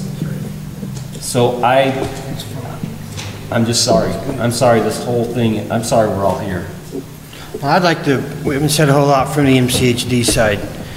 And I don't know if a lot of people understand we have absolutely no purview over operations. That being said, that's not an excuse on our side. And we should have been more diligent in asking harder questions about, we asked the questions about finances, but we didn't ask them hard enough, I guess. And there, if anybody's been part of the hospital for a while knows that previous boards, Dave McVicker had a picture in his office of 2 donkeys, and sometimes the donkeys were pulling, sometimes they were kissing, and sometimes they were standing next to each other. And that's probably the best thing I can explain about how these 2 boards operate. Sometimes we love each other, sometimes we hate each other. But right now we're getting along, and that's a good thing. But I'm sorry that we didn't do more to oversee SHS. I'm sure no more sorry than they are, but we are trying our best to watch and see what's going on. And there are things in process. There are things for employees that SHS is doing to try to change that culture in the hospital. There's things about finances. Jim, you talked about financing. You have to start somewhere. And so the biggest thing that we felt is you have to start with the money so you don't lose the hospital. Once you get that on track, then my opinion is you work on making the employees happy. Because without happy employees, you don't have a good hospital. And from that point, you work on whatever's left over. And those things are in process. Unfortunately, all this stuff happened all at once. And so you have to give us a little time and give SHS a little time. And I know there's some hurt feelings out there. I see people that lost their jobs, and I'm sorry for that. But you have to work with the boards and work with the community and make it work together, because if we don't get buy-in from the community and we don't get help, it won't work. Tony's mentioned it. We've got to have people that are willing to come to the hospital.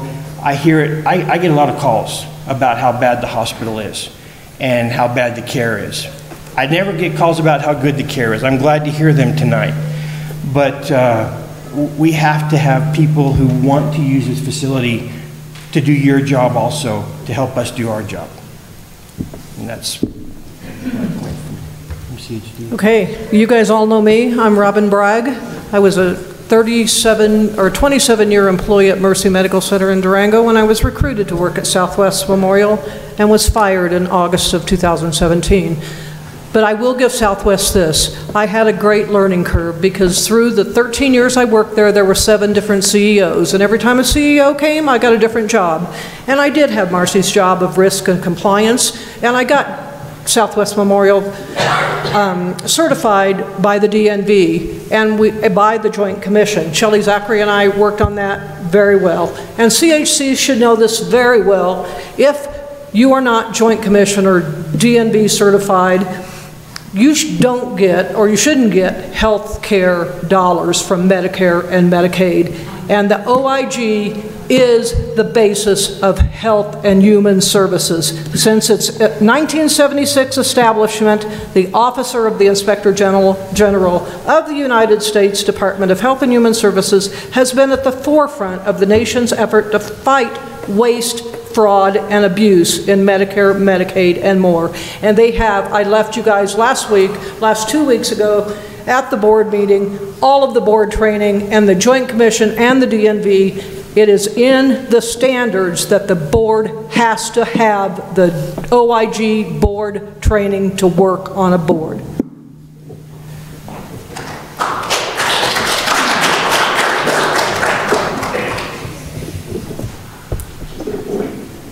Please, go ahead. Hi, I'm Kay Garlinghouse. I've lived in Montezuma County for over 50 years, worked at the hospital, trained at PCC, and I'm on a board of directors as well. So my question is to you, who does your oversight for financials? Who is the person? Do you have just one person, or do you have several? Someone has failed you. Each board has their own.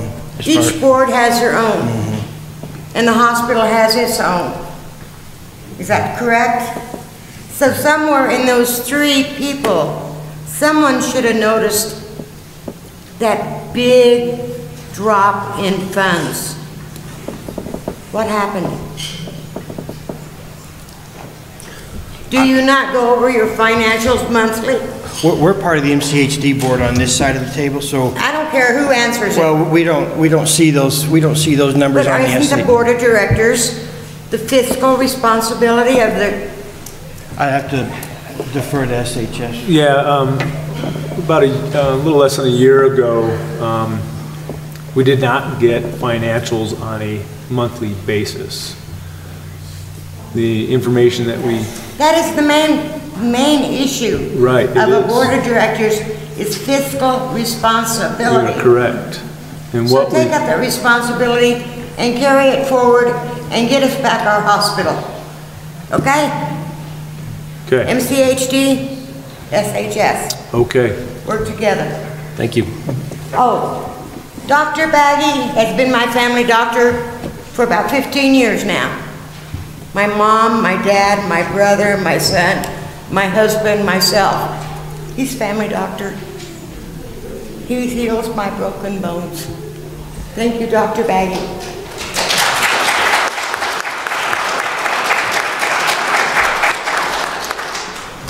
Dawn, go ahead. Well, I have no idea how much time that's going to be, but that's okay. I'm hoping to make this very short.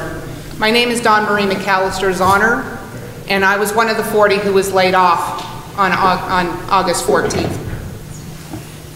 And I'm sitting here and I am listening to a lot of anger and a lot of pain. That is from the community. It's from people like me who were laid off. It's from the board members. It's from people who are still there, just trying to make it work. And yeah, there's a lot of blame to go around. But if we don't start the healing process, this isn't going to get any better.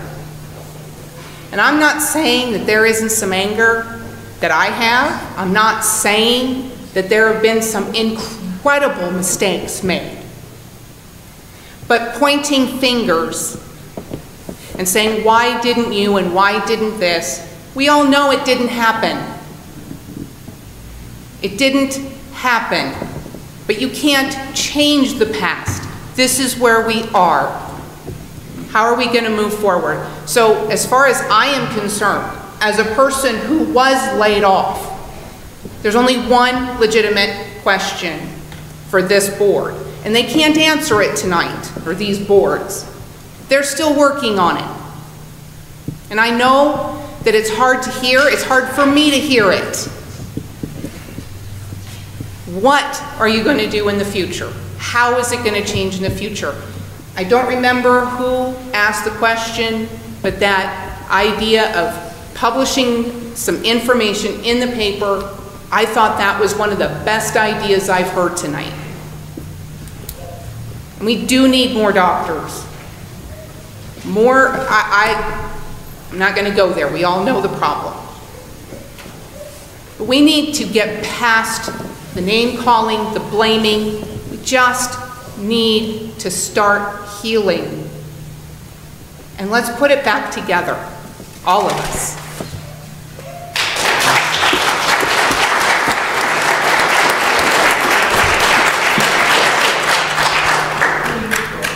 Hello, my name is Jennifer Adams. I'm a med-surg nurse over at our hospital, and I love my job and I love our hospital. I'm here to echo the voices heard throughout this meeting in support for Dr. Baggy. His level of experience and integrity and approachability is well respected and appreciated. If there's any negotiation that could happen with him, then I say take it, and I say on behalf of my colleagues, certainly the ones there today, please reconsider and negotiate.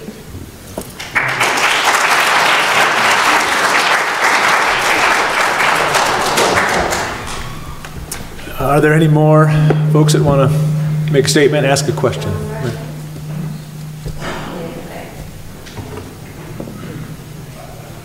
My name is Sandy Fosnot. I was an employee at Southwest until 2002. I had to quit because of a new site supervisor in the office.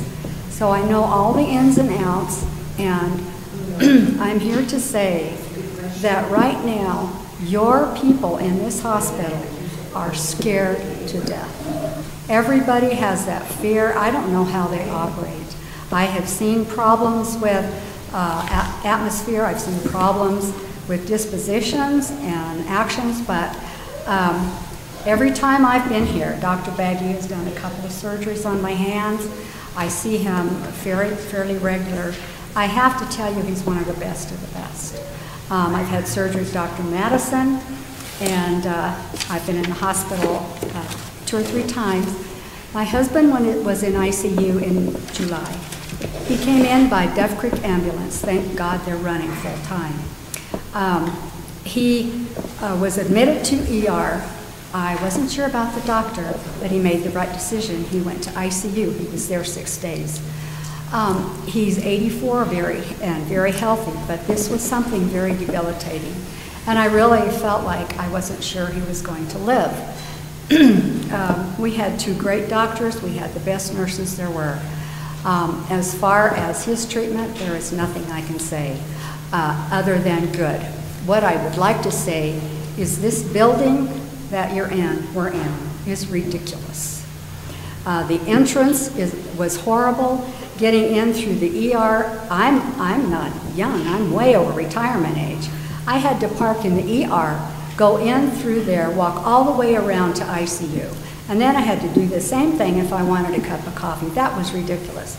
I think that it has been, way overstated, way oversold, and way overpaid.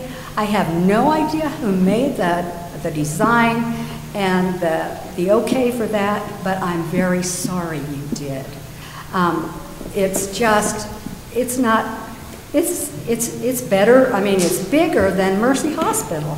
And the doctors' offices are all combined, that's fine. I wish you would have left them where they were. I don't know the difference in cost and what it's costing you now and what it cost for all these places. But I lost Dr. Baggy, and I lost Dr. Busby because of her treatment by her supervisor. I have seen too many doctors being treated poorly, badly, and they are doctors. They've had 8 years of study, they've had all this experience, and they are let go like they're this high. I am so sorry for all the decisions that you have made.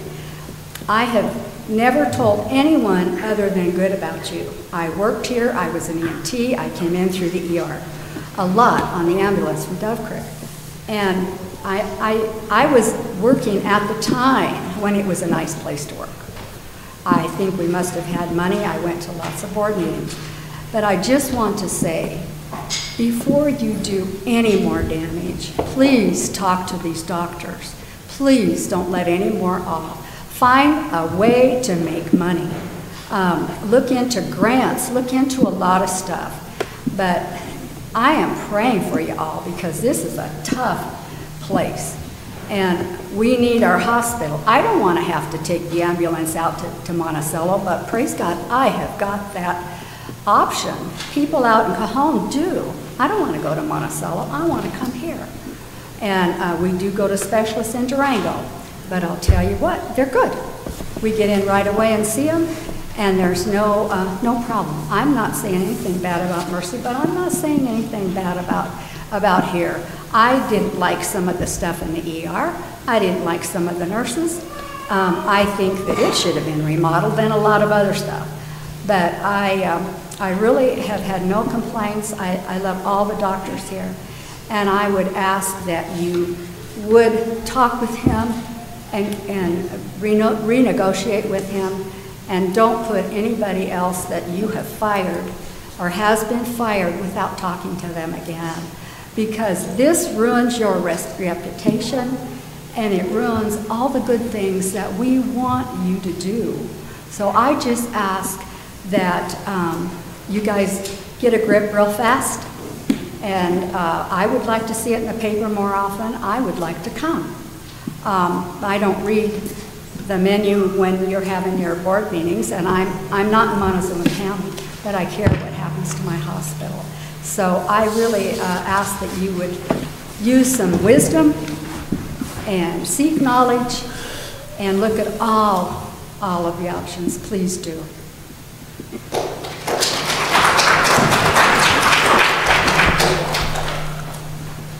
My name is Gabriel Gallegos.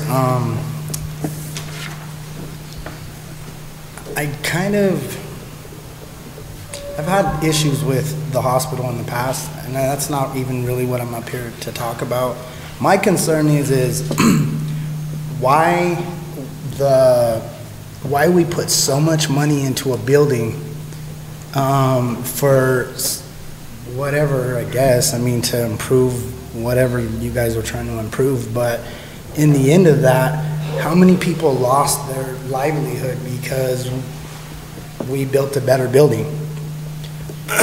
You know, there's people now that are struggling that they have to go and look for jobs when they worked so hard to get into the profession that they're in. Now they have to go and look around in different places. They have to go to Durango, or they have to go to Denver or somewhere where they can be accepted, because we needed a $30 million hospital. I mean, it doesn't make much sense to me. I think that the people's jobs were more important than worrying about what the building looks like, to be honest. I mean, that's just my honest opinion. And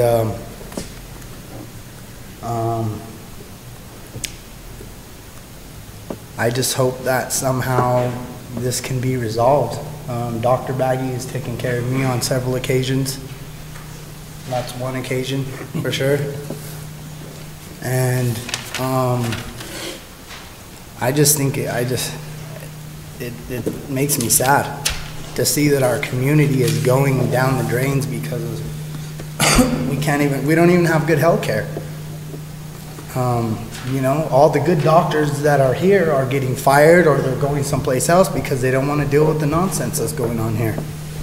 And that's crazy, because our health system was already in shambles as it is, and now it's going to get even worse because we spent money in the wrong place. As a community, as a board, as whatever it may be, the money was spent in a ridiculous, you know, I just don't understand it. I know that, you know, my grandma was just in the hospital recently, and they were bragging about the $2,000 curtains that they had up. That $2,000 could have went to somebody's paycheck instead of buying blinds, you know? I mean, it's a hard truth to come to, but I just think that the building was not necessary. I think that the doctors should have been, I think that we should be praising our doctors. I think that we should be bringing them up and uplifting them and helping them, you know, be a better part of this community, because these doctors care about us. And now they're having to relocate or having to go do something different because of whatever the situation is. And I just pray that things get worked out. I really do. Because, you know, it's important that we have a good health system. I work at Pinion Project, and I see people with mental health problems every single day. And every single one of them are scared to come out to this hospital. Every one of them are scared to go to Access Health. Because our medical system is a mess. We can't even, you know, can't even rely. I can't even rely on my primary physician right now. Because at this point, we don't even know if they'll be there anymore. And so that's a little bit scary. You know, what happens to us as a community when something like that happens? What am I supposed to do about my health if something happens to me and I don't have a doctor to go to because we made mistakes? I mean, the honest truth is you all up here on this board hold a lot of lives in your hands. So please remember that when you make decisions, because there's a lot of lives that are in jeopardy because of the health system around here. To answer your question about why we built the buildings that we have done, the $32 million project, it goes back seriously 8 years ago when we started to look at the facilities, the existing hospital, the patient wing, and we had an engineering company that did mechanical, electrical, plumbing inspections. We had the state health, hospital administration basically identify there were so many problems with the patient wing that it would cost more to fix them in place than it would be to build a new wing. On the medical office building, we had leases all over the town, and basically we had to pay monthly amounts. This way we've consolidated those practices in one facility, and we're no longer having to lease. At the time, 8 years ago, we started the facilities planning process. It was probably done in about 3 years. Then we, questioned, our financial condition. Are we stable enough to proceed with the project or not? At the time that this SHS board said yes, and MCHD was with us on that decision, we were in good financial condition. We didn't foresee what the future would be. Sure. And so basically then construction contracts were signed, the building projects proceeded. So we were well underway before what has happened. And so it's, being able to write it, I still feel in my heart that it was the right decision to improve the facilities, that they were out of date, that it was going to be something that we would have to do sooner or later. Sure. And so we've done those. So that's kind of the part I can kind of address. Well, and I'll take another part of it. One of the things that happened about the same time we were starting the building process is we started this massive hiring process at the hospital. We added 70 or 80 more people than we had had before, but we didn't add any more services. The services are the only thing, the providers and the services we have are the only thing that create income. So we added 70 more people, but we didn't add any more income to pay for those people. So that's when our numbers, our losses started to take effect, and that's why we had to bring it back to the number of people that we had previous to that to get back to that level. And so it was like this perfect storm. People in the community look at it and they think that because of the building process, we've gone bankrupt. The building process, those monies to build the building aren't coming out of our general fund. They're not coming out of our losses that we've had. The losses are coming because we've spent too much on other things. We bought a building in Dolores. We tried to remodel that to set up, a primary care practice up there. We bought Dr. Heil's building. We started infrastructure on the hospital. We added fiber optic through the hospital. I know the first time they came to us was $1.5 million. We had $10 million more in spending last year than the year before, but that wasn't spent on the hospital.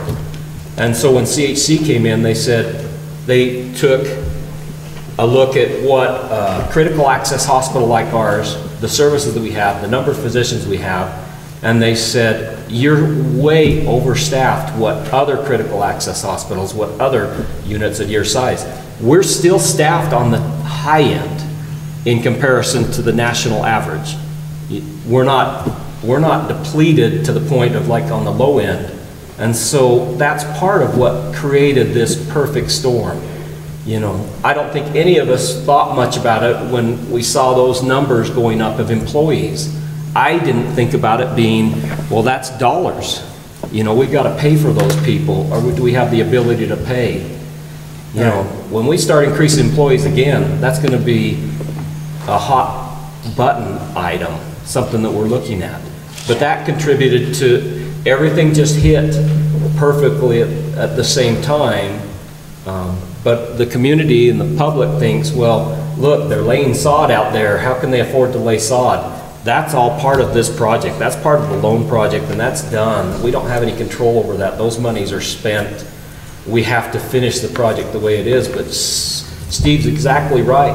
By 2020, we would have started to be deducted a serious amount of money from Medicare because of our inpatient facility, because it did not meet the standards. Yeah. And the retrofit to that, where were we going to put those patients while we were remodeling that upstairs? That building was just old. It was run down and it didn't meet the codes of today. Sure. And so that's part of it. And then having facilities spread across the whole community, have a little office here, a little office there, was very hard to manage everybody and take care of it.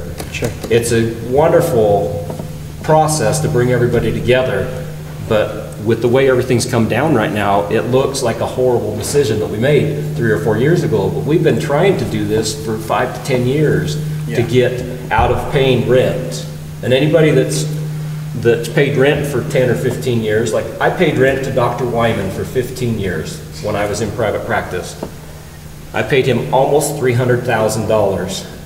I had the opportunity when I went into that building to go into business with him and own 49%, but I didn't want to own a minority ownership, and so I backed out.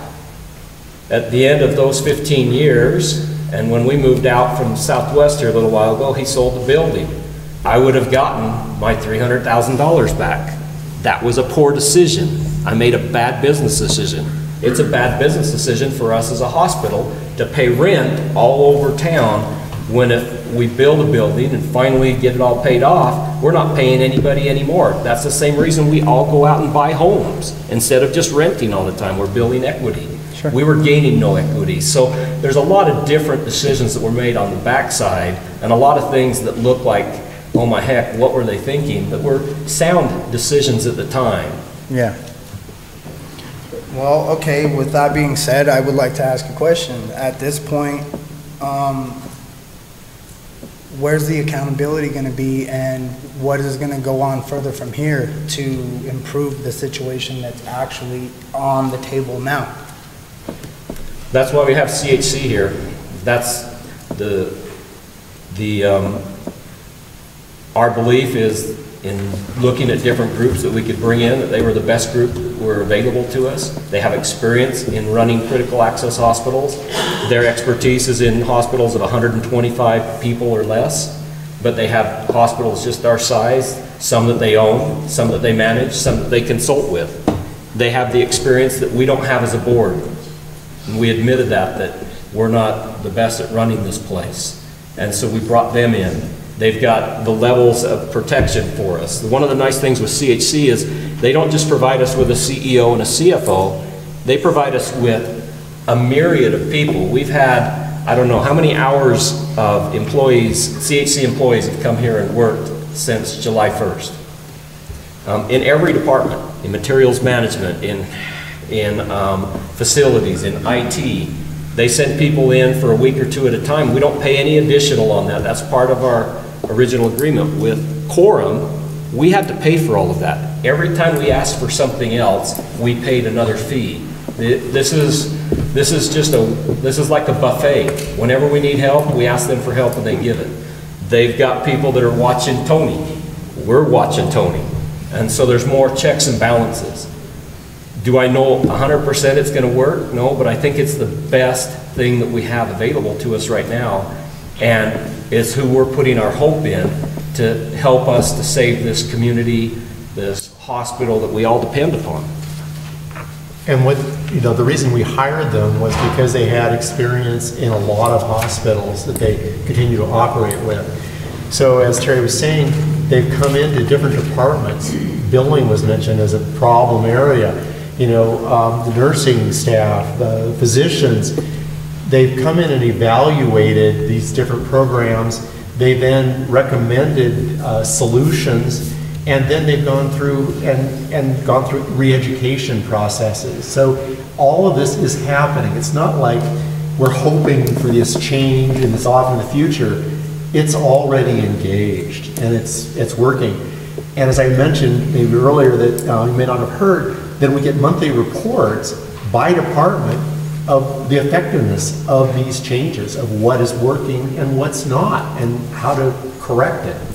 So it's not like we're just sitting there hoping that there'll be a change. We are seeing implementation of steps that are different. Sure. We had 2 months that were positive numbers. We haven't had that for a long time. Were they really big positive months? No, but they weren't losses. We're pretty excited to not have a month where we're losing more than we're gaining. You know, it's baby steps. We were hoping it would go a lot faster. Every aspect of this is taking longer than we thought it would take, than we want it to take. But it's a process going through this. Well, I pray that everything works out. I really do. I just don't want to see our health system go down the drains because, like I said, it's already pretty difficult as it is in some senses. Like the doctors, you know, some of the doctors just don't even want to be here. It seems like, just because I don't know why. You know what I mean? I'm not a doctor. I don't work in the hospital, so I don't really know. But I pray for the very best. And well, thank you for your prayers. I pray for this place every day too. All right, you guys. Thank you. Thanks. Good evening. My name is Bob Erner. I live in Mancos. I've been in the area since 1963. And very basically, I just have one question that has been developing in my mind since I've been sitting through here. And that is, why don't two boards, and I understand why you have two different boards doing different things because of funding, but why don't the two boards meet at the same time, in the same place, get the same information from your people, and then sit and work together to solve the problems? Thank you. And we actually do meet as dual boards. I think it was 2 weeks ago, we met as a joint board. I'm sorry, I couldn't hear you. About 2 weeks ago, we met as a joint board, and so we do hold these joint meetings. And we talked about doing that on a regular basis too. That's the answer I'd like to hear. Yeah. Is that going to be for sure, or are you just still thinking about it? No, I really think you ought to do that. We have already started that process. We're just trying to get the dates and the times and the plan down of how often. I think it's, I don't know, Bill, isn't that something that you guys on your side want to do also? We want it on a regular basis. Yep. So we're in unison on that. We realize that would make things a lot better, give people a chance to come and meet with us when we're both together. Sounds like a plan. Thank you very much. Thank you.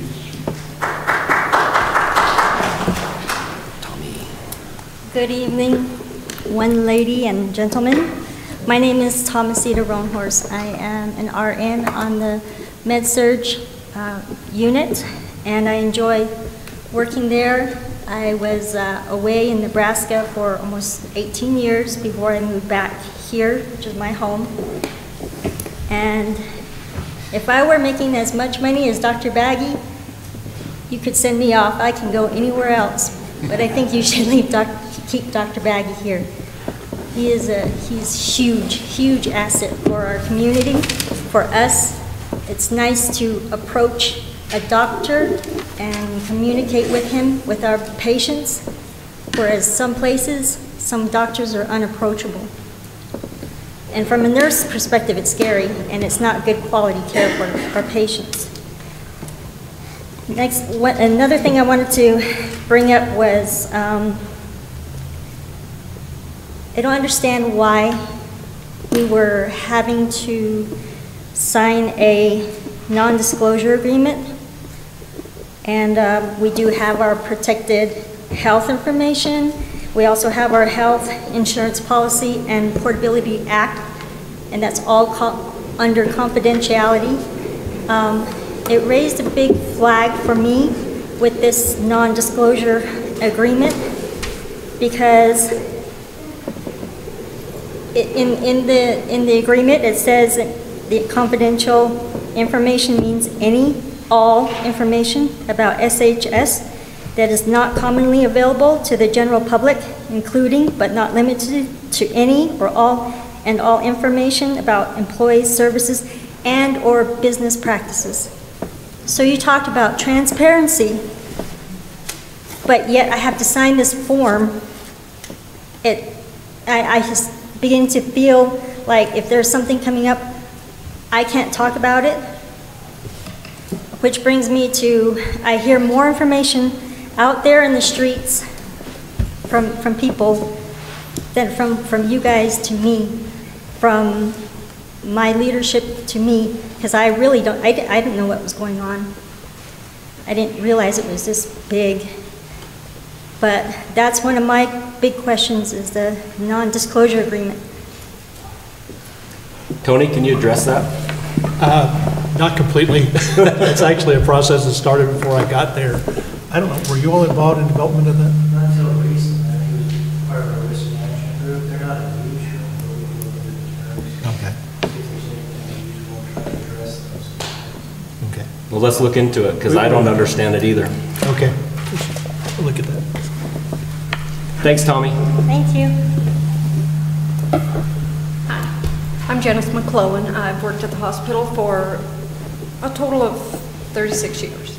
It is an awesome place to work, and we have all failed ourselves because as a facility, as board members, you know, we should be working together to make this the best place it can be.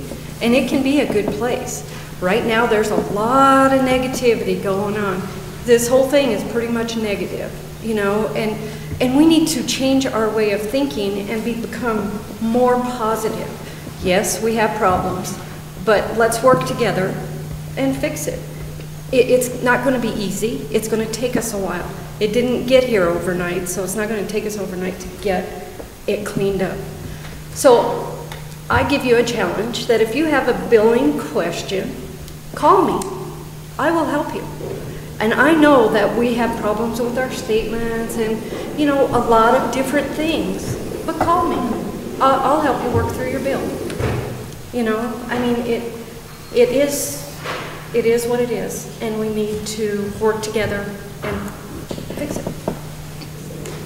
That's all. Thanks. Thank you. Any more questions, comments? We appreciate everyone who stayed around. Bill? I need a motion from the MCHD board to adjourn this part of the meeting. Motion to adjourn. I'll make the motion to adjourn. I'll second. All in favor? Aye. Opposed?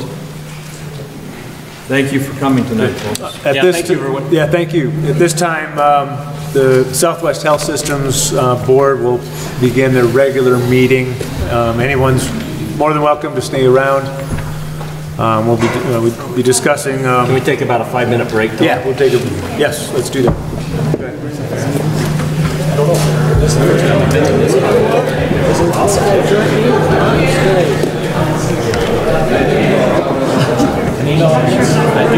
Okay.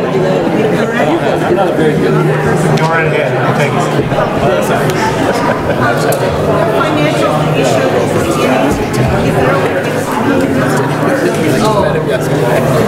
I've shared it all over the county at this point, so it's not a secret. You'll give me your... Hey, sir. right, Bill.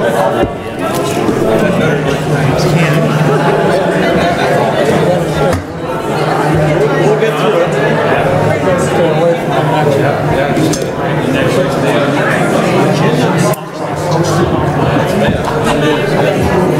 Good to see you.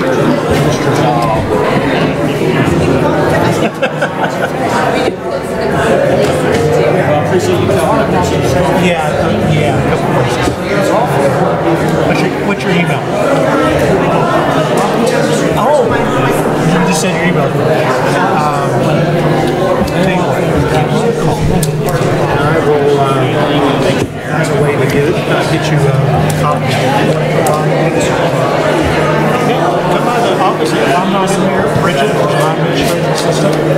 So if you can't find me, my door's open. So if not, just talk to Bridget.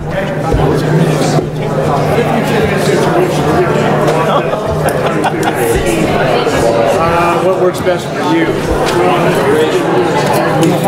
Yeah, it could be a good hour to 2 hours. Yeah. How do you want us to do it? You want us to call you?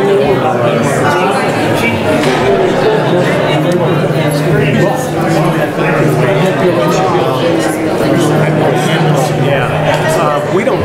We take training. We have official meetings that we're taking. We don't necessarily need to record. Yeah. Yes, so see there right now. Not a problem. Come back in a second. No. Yeah, I don't think. That's good. John Rare. Thank you. You want a spot? Keep coming. Keep talking.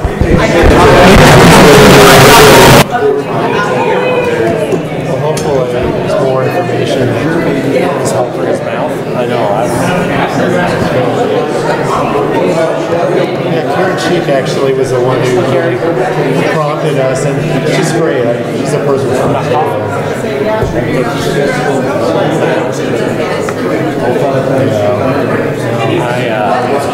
Hi, how you doing? Thanks for coming.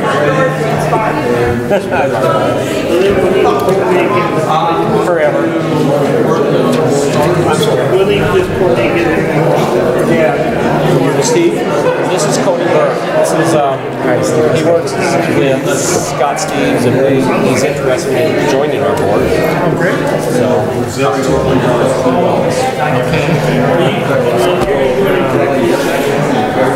guess the process is, you can, I think it's on the website, questionnaire, you can fill it out, but, okay, that'd be great. We used to be more like Terry, I have to use a problem, but I'd like to feel like some continuity, maybe like yourself, people, bring them. I've seen that every day. No, that's good.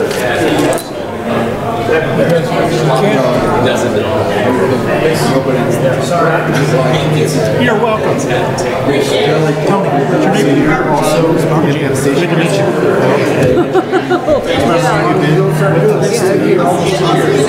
All right. Congratulations for being on the loser board. Yes, I'm part of this board. Thank you. But, It's a challenging time, but hey, good time. I feel really good about where we're going. I'd like to see this more diverse. We'll get On their board, I was too. Well, good. Very civil questions. We did ask some questions, and when we didn't get answers, we used to go again. Thank you. Yeah, we learned. And they talk about joint meetings. Well, that's why I'm still sitting here. Because they're going to have their meetings. I've done this before, although they keep giving me the slip. And I move them, and I don't know where they are, but I know where they are now. So I'm going to stay and listen. See you. Good thing.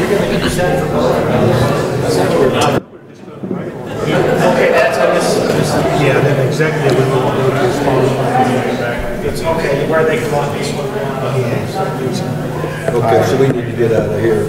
After the regular meeting, we get out of this room. What time did they give us? There's an email from the mayor that had the time. Oh, was it? She copied me, and it was like And we had to.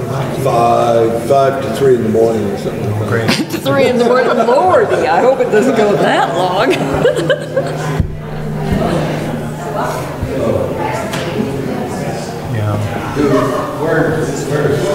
You read overhead? Then you want to talk to the lady? You did a nice job. Thank you. Y'all did a very nice job. Thank you. Thank you. It was a really hard conversation.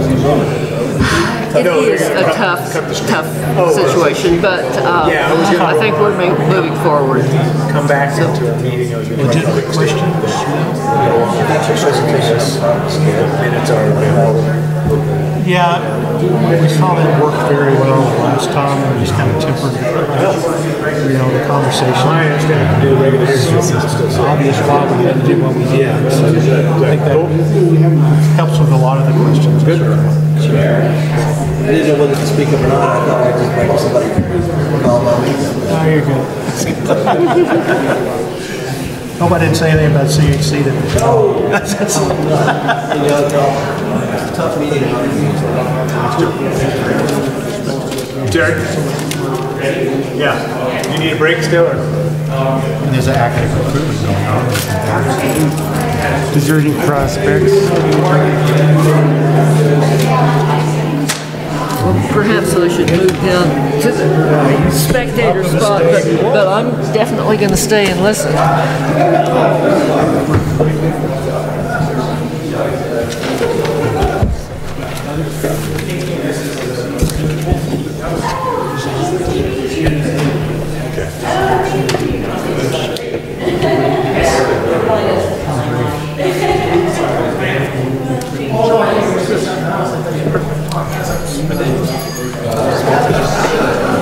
Okay. It's 7:30. I would like to call the regular meeting of the Southwest Health Systems Board to order. We have been streaming this, compliments of the City of Cortez. We appreciate that. We're going to let some of their staff go. Vicki, thank you for doing this. But for anyone who's still watching and is interested, we will have our minutes available as they are with all meetings. So at this point, it's 7:28. I'd like to call this meeting to order. Do a roll call. Start at the end of the table.